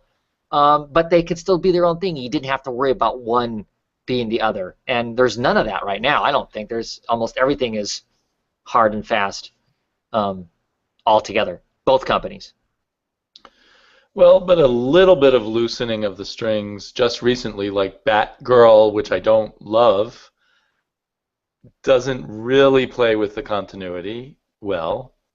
Of course, people are complaining about that too, probably me, including me. But and at Marvel, it feels like there's some characters that they let go of at least for a while and let them do their own thing. So I feel see a little hint of letting go of all that continuity craziness, but maybe not a big one. Flaming Jelly Beans is asking if we think that he needs to read the Multiversity, he or she, sorry, needs to read Multiversity to understand Convergence in 2015. No. I have a feeling no one will understand Convergence in 2015. No. I don't think that the two are going to have anything to do with each other. Really. Multiversity really, to me, feels like Grant Morrison has just decided there's all these there's 52 other universes out there, and he's going to write about some of them, and he's got this little plot thread that's running through all of them, so he can say they're all kind of tied together. And so we're going to get that as a story, I think. And the whole Convergence thing is its own special thing. So I don't think that the two are going to have anything to do with each other, even though they do have elements that are the same, because clearly, from what we've seen of advertisements and solicitations of some of the Convergence tie-in books, there are other universe versions of stuff. It's the first day Green Arrow meets his son, and some of those different things are being told, so it has an elsewhere element to it, but I don't think that the two have anything really to do with each other. I think DC wants you to think you have to buy Future's End and World's End to understand Convergence, but if that's the case, it's just ridiculous. I mean, the number of comics you would have to read before you get to Convergence. Yeah. And I'm not getting those. So, yeah. and I can't imagine that they're going to make the story that complicated that you'd have to be tied into all that stuff. So no. To answer that question, no. Is that why they told you how much it was all going to cost? The $480-some $365. Right. That's for those 2 months. But if you also bought all the Future's End and World's End before that would add a few more $100. Yeah, we won't add that price tag up because we'll see Sleepy have a heart attack right on screen if we tell him how much he's spending on those weekly books. Yeah, how much have I spent on Eternal and Future's End? Yes. I do see coming in Future's End that there's a version of Brainiac who exists in the multiverse, so I wonder if that's going to tie into Convergence. But I don't think it really matters. I think if you're interested in Convergence, just read Convergence when it comes out and don't worry about all this stuff that supposedly leads up into it. Mm-hmm. It will lead up to it in just very minor ways at most. Right. Or they'll recap it in the first page or two, and you'll be okay anyway. Right. Because you certainly, like one of the last big events, the Forever Evil thing, the Trinity War led into the Forever Evil, but you certainly did not need to have read any of the Trinity War to get on board for Forever Evil and read Forever Evil. So, as an example, not a good one, but as an example. Okay, let's move on to some other DC books. Let's talk. I want to get a painful book out of the way. If I didn't have so many books to buy, I would have bought this because I did buy the last 2 issues, and I was curious what they would do with the demon. Batwoman issue 37. Mike's shaking his head. Did you get it, Mike? Yeah. I think this will be the last one that I get. You're not going to hold out until the end. There's only a few more issues left. Yeah, no. In fact, I think the main character I was looking forward to is Clayface, and they just didn't do anything with him except for make him some kind of vessel. Yeah. They haven't done anything with any of the characters in here. Let's be honest. Yeah, well, I didn't know much about the demon for whatever whatever they were trying to tell with this one. Because even after they got done telling it, it was still confusing on why they even bothered. But like you said, he with Blood, or whatever his name was, Jason Blood, or... Uh-huh. I mean, because it's like, we've always been tied together, and they go in and... Right. Zero explanation as to why they aren't tied together anymore. Suddenly they're not. Jason doesn't remember the demon at all. And the demon's pleasantly surprised to know that he's not anchored to Blood anymore. That was all random. The point here, she's a vampire. She's threatening somebody. Batwoman's a vampire. She's threatening somebody at one point. Does the demon actually push that evil out of her completely, or does he just suppress it for her again? Oh, I thought he just... That's a very clean way to get rid of her vampirism, if that's the case. Because the vampire herself, which now Nocturna, she at one point they have a very brief panel of her going, "My link's been broken," and then that's the end of that. So that's horribly done. Yeah. The whole what what's going on? Yeah. Oh. Yeah. I lost it. But all the character use in here, Ragman, totally worthless. What's the point? Who cares? A little bit of fight between the demon and Batwoman, which is ridiculous. I mean, the demon's a demon. It just picks up and snaps her in two, quite honestly. But he doesn't. Whatever. Brief glimpse of Red Alice in here. This book's going away. It's getting canceled. March is when it's done. All right, I wasn't aware of that. Yeah, it's canceled. The book's canceled. It's going away when the Convergence hits.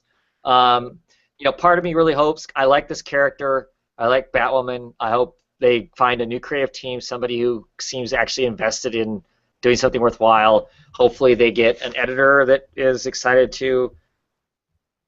The editors are fine, though. I mean, it's Mark Doyle is the group editor, and Rachel Glestern is the editor on the book, and she does good work too, or she has some good books anyway. So I don't know. I'm hoping that we get a clean slate and then it gets picked back up on the other end of this thing, because I would hate to see the character just get marginalized to some Batman family book. I predict she'll come back in about 18 months. You think it'll take more than a year, huh? I think so. I think they'll let her rest fallow and then bring it back after a while. Hopefully I'll forget about the whole gay marriage thing. But hopefully not turn straight. Oh, that'd be horrible. Maybe the demon will turn her straight. Yeah. Oh no. That would give us something to talk about. Wow. Why they changed her from her regular book to the team book? Because it doesn't seem like they needed to have this team book. I just think they thought they wanted to tell... I think what they said, hey, tell some kind of kooky, crazy story. And they went, let's just grab all these random characters, throw them together and make a kooky, crazy story, which is what they're doing. They're just doing a very, very bad job of giving us that kooky. What's nuts is the funnest one of these books was that one where they're suddenly thrown in space, because you could at least then go, wow, they're in space. This is crazy. And then we've had to backtrack and be told the story of how they got there, and that's all been one giant raspberry. So they don't go back to space in this issue, I gather. No, they haven't gathered the team up. The team hasn't been gathered yet. At the end of this, they put a magic sigil around Clayface's frozen body, and out of it bursts Morgan Le Fay. And that's spelling the end of the world, which even the demon doesn't want the end of the world, so that's why the demon is teaming up with Batwoman and friends. Yeah. Well, they're not all teamed up together. They're all kind of like next issue. They're all going to come crashing together in the same place and figure out they need to team up to fight Morgan Le Fay and her legion of I don't know what. Get on an experimental rocket and go into space and. Right. Do you think Andreyko has joined a writers group led by Ann Nocenti, and they talk every month about how they can screw over fans of their books? It's a thought. Because he was once a good writer, right? So something happened, and so he's getting tips from her, I think. Yeah, I really, really enjoyed his run on Manhunter. I enjoyed it a lot. I thought he did an excellent job in that. He made amazing secondary. The main character was really interesting. He created this really interesting character, surrounded her by amazing secondary characters that all just had their own kind of motivations and why they existed. And it made the whole book rich. But none of that is put into this Batwoman book at all. Brief, maybe a very small smidgen of it in that zero issue where she isn't Batwoman yet, but she kind of gets the whistle wetted as to maybe that's what she want to do. That one was kind of okay. Beyond that, no, it's just been diabolical about how bad this has been. It really does feel like, I know it's not, but it really does feel like purposefully sabotaging the book and the character. Maybe he knew the moment he started this book that it was just going to be canceled, even though it was such a long time, and just put zero effort into it. Yeah, I don't know. I don't know. Now it really does feel like they picked him to do it because, of course, when it all was happening, that the creators getting off the book, it was all the gay issues around it, and feeling like the reason that it was having the problems it was having was because of the whole marriage thing and whatnot. And so they hire a writer who is very publicly known as being as being gay himself. So that makes it, oh look, we're putting someone who understands the gay plight on the book to appease everybody. Not because it was a good match. So. But I almost imagine Dan Didio or Jim Lee taking him aside and saying, what we really want to do is just cancel this book, but we can't. So we're giving it to you, and that may be can play with it for a while, and then we will cancel it. And that may be the case. There's lots of these books that they changed writers and then they get canceled. The writers knew going in that it was canceled. Right. Like Matt Kindt on Frankenstein. Right. When I talked with Matt Kindt, he said that he knew as soon as he took over the book was already canceled, and he wrote another 7, 8, 9 issues before the book was actually canceled. But he knew when he got the book, it was already done. He was just filling in. He was just writing some stories until its time was done, and he wrote some great stuff. But he took it serious and wanted to really write something, and it feels like with Andreyko, he was just treading water. He seems to have just decided to take the hack route. Yeah, we're talking way too long about a book that was not good. So. That reminds me, I just wanted to mention to you, I don't know why, certain things stick in my head. I remember you saying how Charles Soule told you they would never cancel Swamp Thing. Yeah, I know. Trust me, the next con I'm at that he's at, we're going to have a conversation. We're going to have a conversation. It just shows they don't know what DC is going to do. I mean, you probably believed it when he told you that. But. Right. We'll see. That's another one of those books I'm suspicious may come back after the Convergence thing is over with. That you know, it'll get whatever it needs. So I'm interested in that. So On to more books. Sorry. What do we want to talk about? No, that's cool. What do we want to talk about next? Does anyone else read Batman Superman? No. I got the Darwin Cook cover. Cool. It's a very nice Darwin Cook cover. And I picked it up starting last issue, I think, on a Comic Book Mom's, Audrey, First Family of Comics. I keep calling her a comic book mom. On her rave about it. And it is very good. It's about Superman getting his own Joker. Oh. And the first issue of the arc was very good, and this continues to be very good. So I'm still happy picking it up. This is my sin, though, of breaking my $3.99 rule. The art is very Jim Lee-esque. I don't know if this artist is always known for that. Who's the artist? Adrian Saif. Ardian Saif. That name sounds familiar. So at times it distracts me when it feels like Jim Lee light to me. Jim Lee to me is an okay artist, but I don't like having other artists imitate him at all, and there's too many imitators of him. So we get that Jim Lee style Superman in here, with the glowing eyes and looking grim and shadowy. But it's a really good story. It's by Greg Pak, so I guess that's all I have to say. It continues apace to be quite good. And I think Greg Pak is better off without Jay Lee, even though that seemed like such a cool idea to have Jay Lee draw Batman Superman. Yeah. Yep. Speaking of Batman, I read Batman 37, Endgame Part 3. And that one I'm still... And you got somehow, 2 covers. Yeah, somehow I end up ordering both, which I never do. I mean, if I'm going to get the variant cover, which is what I picked, which is what I would have gotten. So maybe you were thinking about it and you checked both, and you meant to check one? I guess, yeah. But anyway, so I ended up with both. But, they're actually both good covers, I think. They are. They are. The Joker one's very striking. I love this one because it just has the entire Rogues Gallery basically on it. I really hope they come out with some of these as giant posters. Oh, no kidding, because I would definitely want a bunch of them.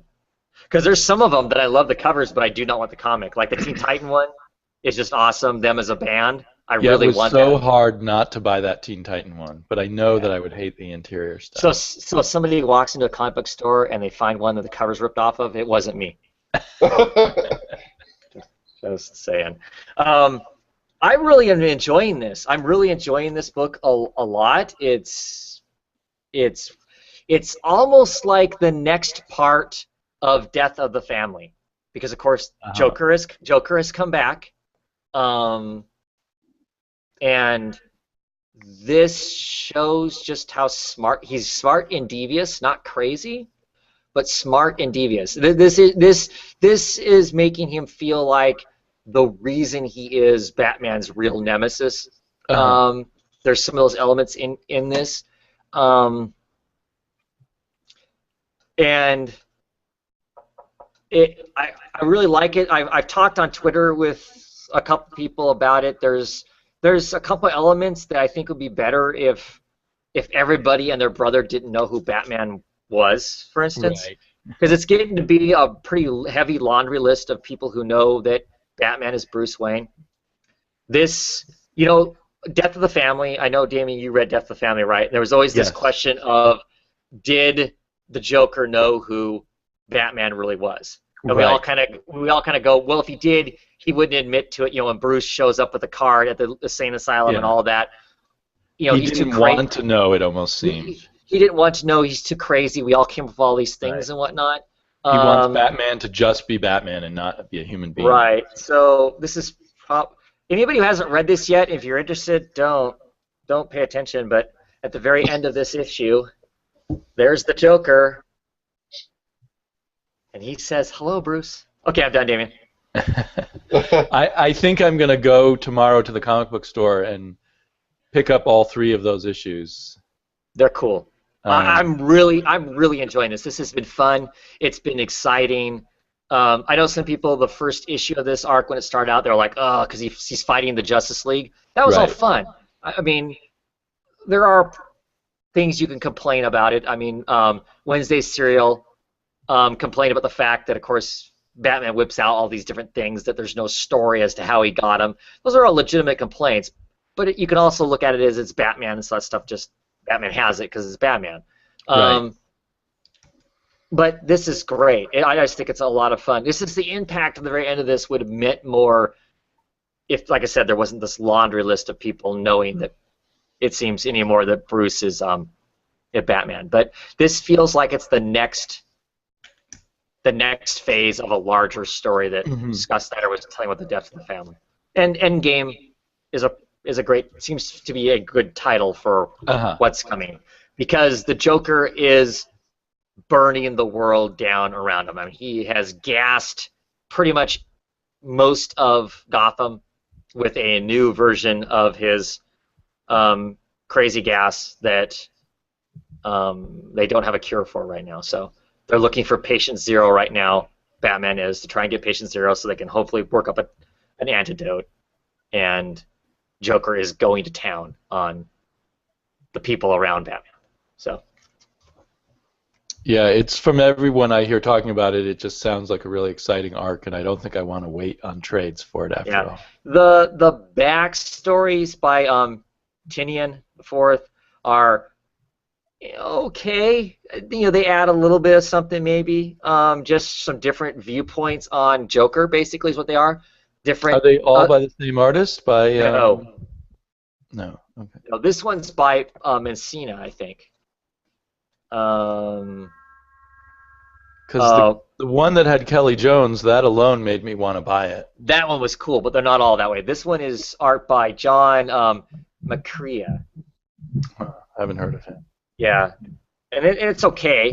But like I said, they all just tell these different versions of this mad clown, basically their own kind of crazy folk tale version of what the Joker means to them, where he comes from. You know, lots of times they're almost like ghost story versions of the Joker, that he's actually the old man devil, that he's this deranged clown that burnt up in a fire, that he's just all these different crazy versions of what in their head the Joker is, which is it's interesting. But, let's see other Batman books, because there's not enough Batman books in the world, right? Batman Eternal. Are you Batman lists, Mike? Yes. He's one of them. Are you going to be Batman lists for your entire life, or? No, I mean, I have a couple of trades, and I'm collecting other stuff that's Batman related, but just curious. You don't have to love Batman. No, it's because he's iconic, but I know there's also, I would have hated to have gone through Zero Year with you guys, or the Riddler time, Year One, I guess that's what it was. There are certain periods that I just don't think I could survive. And so I do pick through, and I get a couple different things. But no, I've enjoyed Court of Owls. I've, all the first couple trades, all that I liked. Well, and you can definitely avoid the trades of Batman Eternal, right? Yeah. Do you agree on that, Travis? No, and that's what I really loved about your videos, Sleepy, is that you tell me all these Batman things. By the time the trades come around, I remember if you liked them or not, but I don't remember the stories. So I figured out, and I grab them and I read them and I enjoy the ones that you've recommended. Yeah. Get the Batman and Robin trade. That's what I would say. Yes. But Batman Eternal. Go ahead, Damien. If you don't burn it down hard enough, I will. Just saying. Yeah, it was a bad issue. And there were some good issues recently. I haven't had time to do many reviews lately. But one thing was that everything was told through dialogue. Like, it was like watching one of those bad stage plays where rather than act out a story, the characters come on stage and tell you what's going on, and then they leave the stage and some other characters come on it. And it really was blatant. And I know Tim Seeley can do great stuff. It's Tim Seeley doing this, so it really feels like he's just hacking it out as quickly and easily as he can. Well, it's almost felt like this was an issue to get from one place to someplace else, and I don't know where those two places are. But it's just like, oh damn, we've got to we got to speed up the plot, so let's just go blah blah blah blah blah. We've got to check in on Catwoman, and we've got to unite some of our villains who've escaped from Arkham. So let's just quickly do that. Yeah, I mean, I wish the art was as intriguing and rich as the cover. I like this cover. This kind of Catwoman laying there with the cat in the shadow of and all the. But that looks like the cover for like a Neil Gaiman book or something. It had nothing to do with this Catwoman. Well, no, but it looked cool. But yeah, the rogues gallery that's escaped from Arkham, that's decided they're going to team up to take on Batman again, even though that never works for them. That all was stupid. Bane seems stupid in it. It was just dumb. This was a stinky issue. It was not good art. And wasn't it like 2 issues ago, basically Catwoman said, "I want nothing to do with you, Batman," kind of like, because that girl got killed and it's kind of her fault and Batman's fault and everybody's fault. And in this one, she's trying to lay all over him again, wearing back to wearing her brawn panties. Which if you're gonna draw her in brawn panties, at least draw her so she looks good. Come on, you're gonna give me the eye candy, make it right. You did not turn on Travis. No, and Batman is just extremely flaccid in this, and I don't know. I just Funny you should choose that word. Yes, on purpose. And I don't necessarily mean that in that sense, but just the art in general was that way. It was all just lumps of flesh hanging on top of something else. I don't know. It was. It feels like they've turned Batman Eternal into the poor man's Batman. Like they just don't care about it. And I feel very insulted by that because I've stuck with it for 37 issues. And it had good things going for it, but they just didn't try in the end. Or it's not the end yet. But well, the problem is the end. Okay, the end's in March, so we've got 16 more issues or something like that. And the way this thing has been plotted and running, they have a long ways. It feels to me like they've got a long ways to go to get to some sort of a justifiable stopping point. Who's doing this? Are we ever going to get the answer to who's this? Is ultimately this going to be the Joker? Because Batman Endgame is set after Eternal is over with. Is this all the lead up to a book that is already 3 issues in to where it needs to be? Because if that's the case, there are some editors that need to be slapped and sterilized, because that is a crappy way to do it. To have ongoing weekly book that's supposed to set up the new Bat universe to where they want it at does not get over with before you're already knee deep into what Batman's about now. And I'm feeling like that's where we're at now that the Joker's been exposed as being the Joker. This makes perfect sense that this Joker would potentially be the person that would be behind this, that would be messing with this whole thing. And Batman Eternal, that whole plot didn't work out for the Joker, so now he's going back to making it more personal again. He's doing it himself.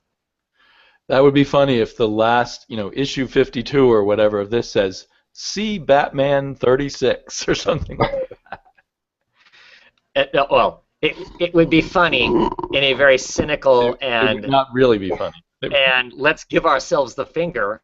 Yeah, it's hilarious, but otherwise, no, it's not at all. Yeah. That will make me angry. That will guarantee I do not pick up the next Batman Eternal, the next weekly, and I may still get it. But if that's how this rolls out at the end, no, I'm not touching it anymore. Well, the week that Catwoman and Arkham Manor came out, I almost just dropped Batman Eternal then. I mean, that just seemed like a sign that they just didn't give a frack about this comic. Yeah, it was not good. So, Catwoman, I picked up Catwoman. I'm still reading this. I'm enjoying it. Here's another great.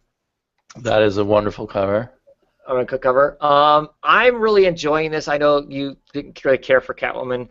I didn't hate it. I just didn't love it, and there's plenty of other stuff to read. Basically.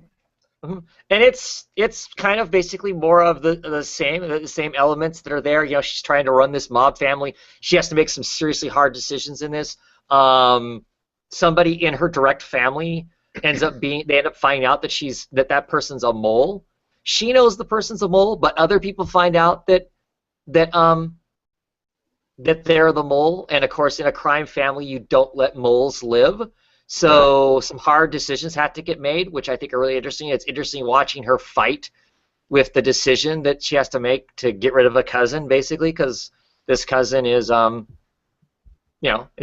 the cops who they are and what they're doing and what they're about, and that's not good for business. And she has to maintain this business because she thinks that's the healthy way of her saving Gotham, because no one else is saving Gotham during this whole Batman Eternal struggle. So she's going to do it on her own shoulders, and this is how she's going to do it. And I think it's been really interesting. You've got the Black Mask in here, who I always think is an interesting character. He's got his own crime syndicate going, which is in direct conflict with her and what's going on. So I'm looking forward to that becoming more and more of a header as it turns along. She has an interesting way of dealing with the police. She has the police kind of hounding her.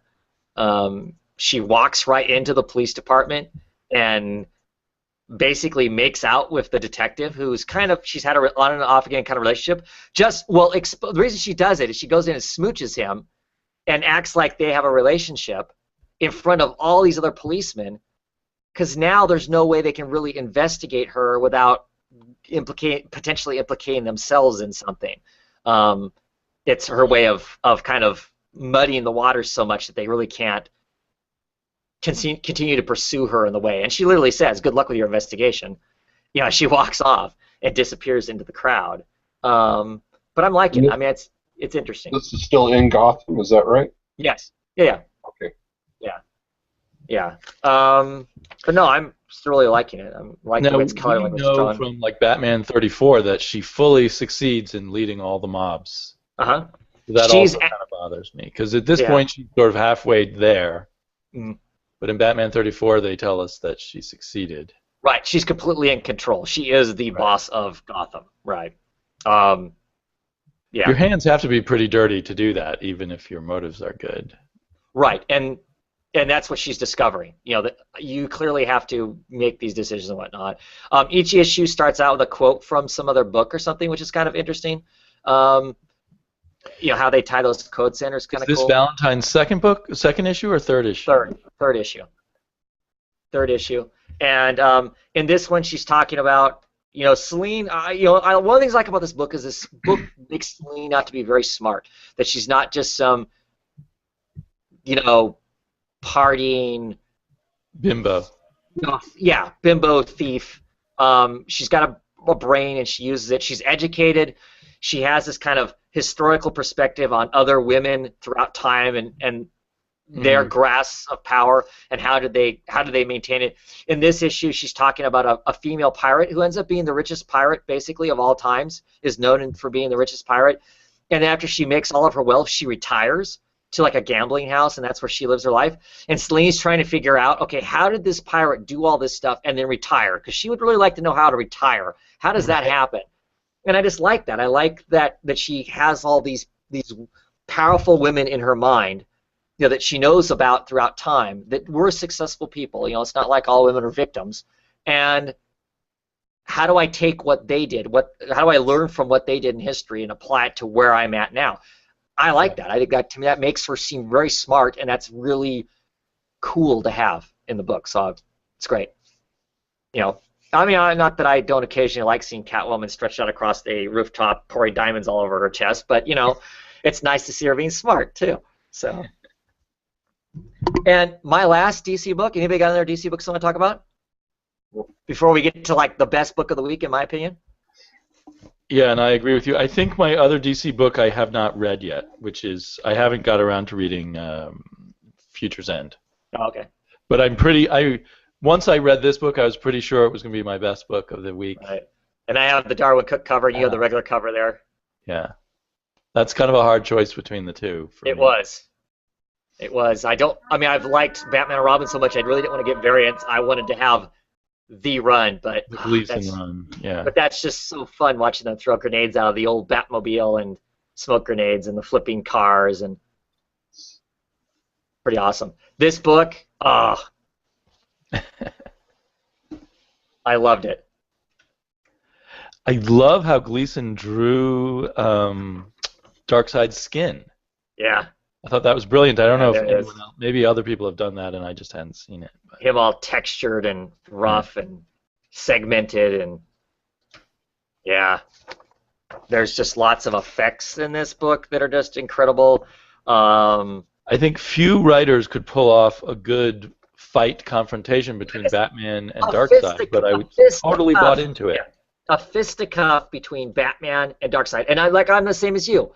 Batman's not going to go fisticuffs with Darkseid. That's ridiculous. But look at that. That's just awesome. Yeah. And they do. Because he's in the power suit for a while, they throw down, and it's a big giant brawl setting up. Batman's got a plan. To make something happen the way he needs it to happen. He gets Darkseid to power up this little slice of chaos, this little chaos thing they have, and he's going to use that chaos spike to do the deed. But once he gets that charged up, I absolutely love when he blasts. His suit absorbs the Omega beams from Darkseid, and he blasts Darkseid, and it leaves a burnt bat symbol on the wall with a Darkseid shape in it where Darkseid was standing. Oh, I didn't notice that. That's amazing. I just loved it. It was just like, oh, that is so cool. They come this bat beam shoot out and it do that, and yeah, it's. And obviously Batman isn't really going to die, but when he told Darkseid, "Go ahead, kill me, I've lost," I kind of believed it. I thought, oh, he thinks he's lost, but he actually had a plan all of it. Right. He was waiting for the beams to come shooting out so he could absorb it, and there's just these great shard and everything. Incredible orange and yellows and red panels here. I think it's interesting that Batman absorbs a lot of this Omega energy that's so dangerous. His skin starts to take on the elements that Darkseid's is, that segmented little square stuff there. I don't know if you can see that comparison there. My camera won't focus on that, but it's really nice how they've arranged for Batman to pay the price of all this power. Yes. The way it ends makes me buy into him having the power in the first place, that he really has to pay for it. And the spoiler money shot, here it is. The whole book's spoiled. The little brat gets resurrected. Right. And I think it was Derek Lucarelli in his video pointed out that this was, even though we all knew Robin was coming back, we probably did not expect it in this issue, because the next issue is Robin Rises Alpha. Right. So it was kind of a nice little swerve that he's really back in this issue and not the next one. Yeah, it ends up at the end of this thing having all this emotional weight, at least for me. One of the things I love so much about this is Damian, his relationship with his father, and these other, part of the Bat family, goes beyond him just being obnoxious, and it's all there. He wakes up at the end of this thing. Is this all a dream? Because he distinctly remembers getting run through. He remembers being run through and everything going black. Is this a dream? What's going on? No, it's really here. The dog licking his face.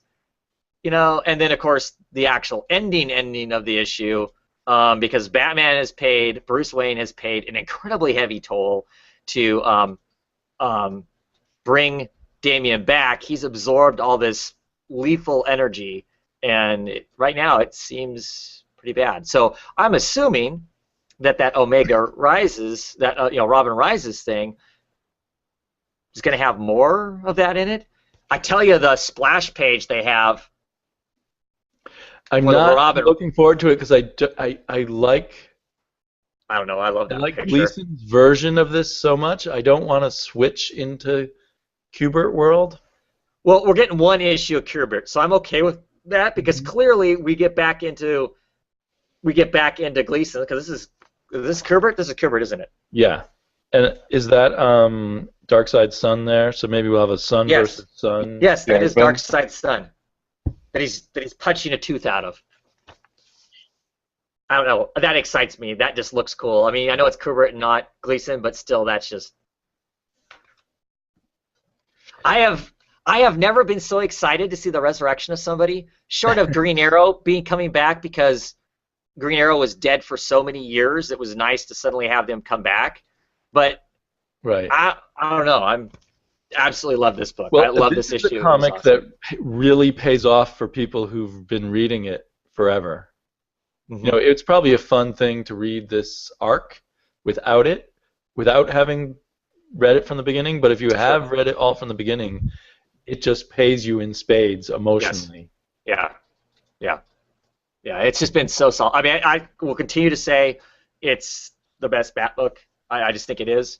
Not for the typical reasons that a Bat book will be good, but I get the most joy out of reading it all along. Whereas Batman for me has these ups and downs, points that are pretty tough.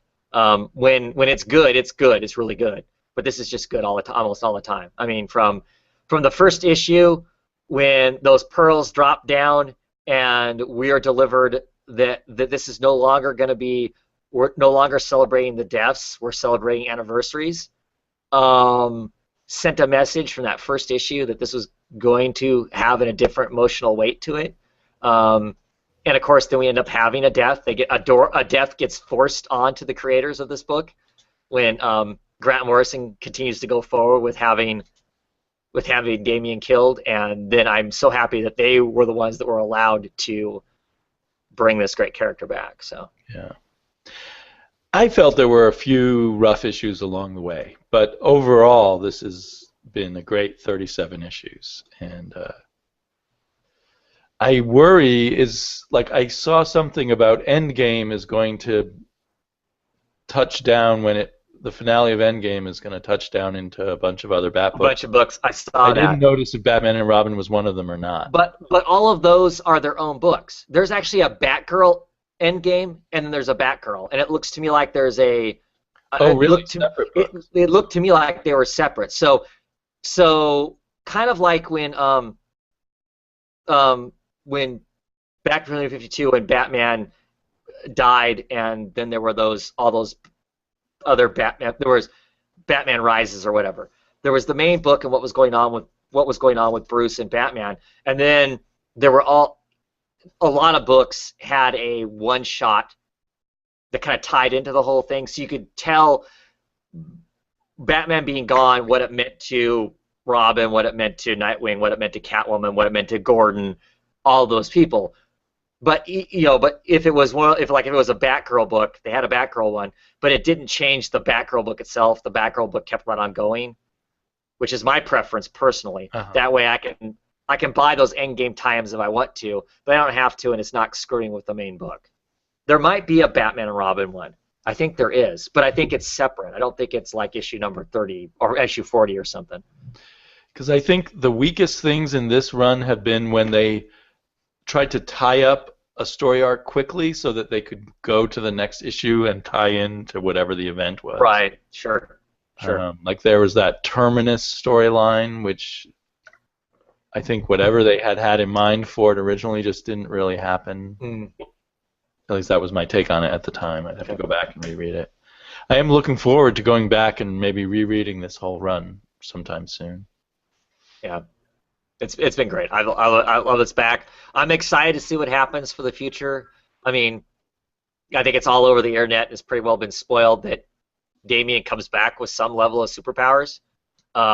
So I'm even excited to see that. I'm excited to see how this kid, what he's going to be like, what he's going to be like now that he's back. And the fact that now, I mean, he was such an arrogant little SOB when he was just a good martial artist at 13. Now he has superpowers. Right. It's going to be crazy to see what he's going to give himself as long as Tomasi's handling it, because to me it's so clear he's the one who gets the Batman-Robin, Batman-Damian-Robin relationship. Yeah. It'll be. I think it's going to be some fun excitement to see what that's ends up being like. And the cover for issue number 40 is an homage to Action Comics. It has him picking up the Batmobile and he's in the Batcave, and he's, of course, smashing it into the ground, a la Superman, while Alfred's in one corner getting this, oh my gosh, look on his face. So whether or not that's really what happens, of course not, but it looks fun. So, anything else you want to talk about? Any other DC books? We've been going on for a very long time. Which of the books, have we discussed everything you've read, Mike? Yes, yep. And which of what you read would you say was your favorite of the week? Since Travis and I are very obvious about our favorite. Oh, for the Elektra, I have to say. Elektra has been a big joy throughout the whole series. So. Yeah, and that's another example of a Marvel one that I really have trouble not buying, but I'm waiting for trade. I think there is a trade out now. I need to get it. Yeah, it's Damien's fault the book's canceled. Didn't get enough sales because he's trade waiting. Oh. It's their fault for not pricing it at a level where I was. That's right. Yeah. Price competitively. Get better covers that don't melt in your hands. Yeah.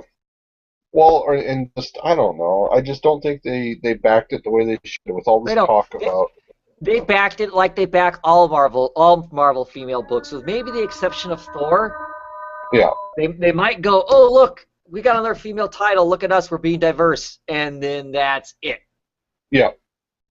But then, tell you the truth, what do they push hard? The only thing they push hard are Avenger books, Captain America, and X-Men books. I mean, that's what they push. If anything else gets pushed, it's because a fan base gets behind it to push it. There's a big fan base behind Captain Marvel. Carol Corps. They got this fan base. They're the ones that are pushing the advertisements. They're the ones that are out there and force saying, read this book, check this book out, get this book. Not Marvel. Marvel doesn't. They've been doing that for years. Everybody's excited over Spider-Gwen and all that stuff because you demanded it. You know what? There wasn't that many years ago. Okay, maybe it's been a few years ago now. It's probably like 2009. There was a Spider-Girl comic. It was a good comic. It had an interesting character. It lasted all of 9 issues because they mentioned it in advertisement once, and that was it. It didn't exist after that. And you didn't read the extra stuff about witches, but there was some comment that he was like, Snyder was talking about how witches sold 90,000. Yeah, that this is a 30,000-40,000 book, and he's thankful for the audience, and I thought there was a huge amount of push from Image about this book. So I think Snyder's a humble, nice guy, but I think he's also pretty good at getting his name out there. Right. Someone was saying that all the pros on Twitter were mentioning witches just before it came out. Right. Yeah. Snyder had sent everybody a PDF of it probably, and he's their friend, and so they all wanted to mention it.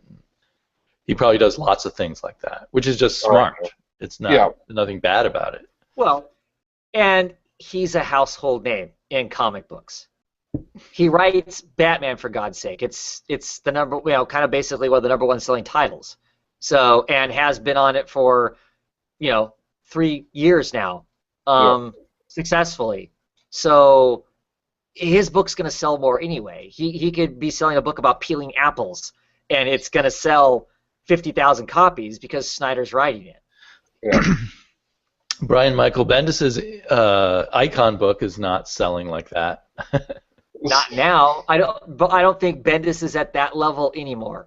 He was. I don't think he is. I don't think he's not the same type of go-to writer right now. I don't think they have one at Marvel right now. That just the sheer weight of the guy's name.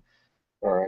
Not to say that Bendis doesn't still have good stuff to write or whatever, but if you would have went back, 5 years and indie books were as strong as they are right now, and Bendis were to put that out, it would have a different weight to it. I think. I really do. But I don't think Bendis is the same sort of household name as Snyder is. Snyder does not rest on his laurels. I think he makes, in terms of promoting. Right. Oh, he's working. He's working. No I doubt was about it. very, very, very, very aware that book was coming out. Yeah. No way you couldn't be. Because everybody was talking about it. But that's the way to do it, and he's Sure. smart, and he's been smart all along, which is why, someone else doing Batman may not have had these sales, even though Batman is, a lead book. Well, for sure. You got to back it up, and I think most of the time he does. He like everybody, you stumble and have flat points or whatever, but I think he backs up what he does, fairly well. I don't know that it lived up to the hype that all the other professionals were saying that Witches was. I agree. Issue when I read one. the first issue, I was like, well, my mind isn't quite blown as I thought it Right. was. And then Right, 'cause everybody else. Well, but it was a good book. I liked it. It was a good book, but it wasn't like, oh my gosh, this is something so different. He's doing something so unique. No, it wasn't that. Yeah. It wasn't. And I was kind of disappointed that all of these other creators were saying that, because that, to me, that makes it feel like they're all just giving lip service instead of honestly saying, I enjoyed it. They could have easily said, this is a great book. You should pick up. I really enjoyed it, without going beyond that and saying it was all these things. I think we're looking at a business that is incredibly network based. Sure. And he's at the top of the network, and they were responding the way they felt they had to, even though he might not have maybe intended it to be exactly like that. But I every time I read the behind the scenes stuff, I realize, from my little experience with things where networking matters, that this is hyper networked kind of career. Well, certainly with social media and whatnot, and pushing these independent books and whatnot, you have to, you'd be crazy not to get as many people excited about your book as you can, or interested in it, or willing to open their mouths and say, I read it, or whatever.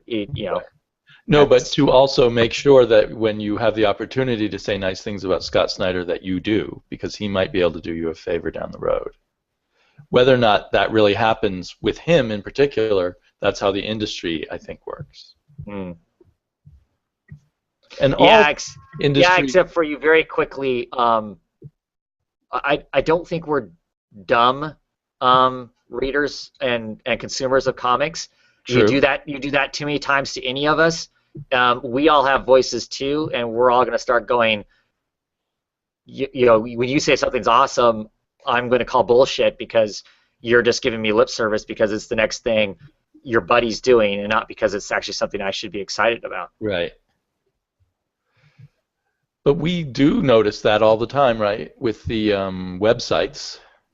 Right. This thing with Snyder was the first time we really noticed it with Twitter and professionals, but right. It's probably going on behind the scenes a lot more than you realize. Yeah. Well, we definitely know that the Newsaramas, the comic book resources, the IGNs, all those guys can only badmouth the company comics so much because they know that those company comics can easily give their exclusives to somebody else, and then there's no reason to come to your site. So you have to walk that fine line of criticism and pandering, for sure. But also well, I've said all this before, but yeah, most of those writers might like jobs in comics someday, and they've probably learned quickly that if you say bad things about people in comics, you're not going to get a job in comics. Yeah. I actually heard them say on iFanboy that if you publish some really nasty reviews about creators, you're not going to get interviews with those creators or possibly with their whole company. Sure. So it's a whole thing. It's a whole package. Yeah. Well, it makes sense. Why would I want to do an interview with somebody who badmouths me? Right. So, or doesn't like my work or whatever. So, clearly. Yeah. It's not going to stop me. I want to work in comics. I'd love to have a job in comics, but it's not going to stop me from calling it how I see it. So that's why I clearly won't ever work in comics. You would love to have a job, but you're not actively out there trying to get a job in comics. But even if I would, If you really seriously were out there trying to get a job in comics, like this was your career plan for your life, you should stop doing these shows. I mean, seriously. Sure. It's a bad move. I would, but I would, but I wouldn't do the reverse. I wouldn't sit here and say, you got to read this comic because I know it's going to line my pocket someday because these people are going to love me because I am saying love their comic. I wouldn't do that. I wouldn't say Scott Snyder's got this great book because I'm hoping that's going to give me the network to have a job. I don't think they should be doing that. I think that's dishonest to themselves and all of us. Yeah, you would have to go around saying Mark Andreyko is a brilliant genius to get a job. Yeah. You don't think they'll pull a frame shot of you holding out the Batwoman sometime? And... Well, another thing I've seen in fields where networking is very heavy is you start also to believe it yourself.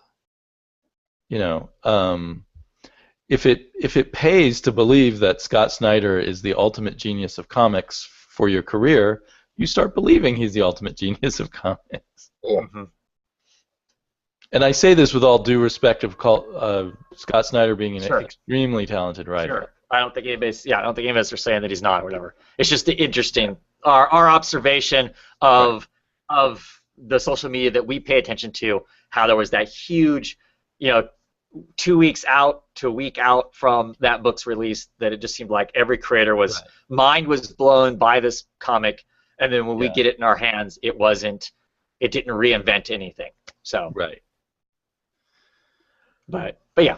Anyway, I think we're done talking comics this week. We could go off, and I know that me and Damien can talk this subject for a very long time. Job counseling for everybody all night. Right. We've done this conversation many times, and it's getting late, and we've probably been on for close to 3 hours now, I think. So we're gonna call it a night. Thank you everybody for coming. Happy holidays for those that celebrate whatever might be coming up over this next week. Next week's Comic Book Roundtable is going to just be a pie and soda party where we just talk about what the year's worth of comics was about and maybe where the future would look like, what next year is going to be.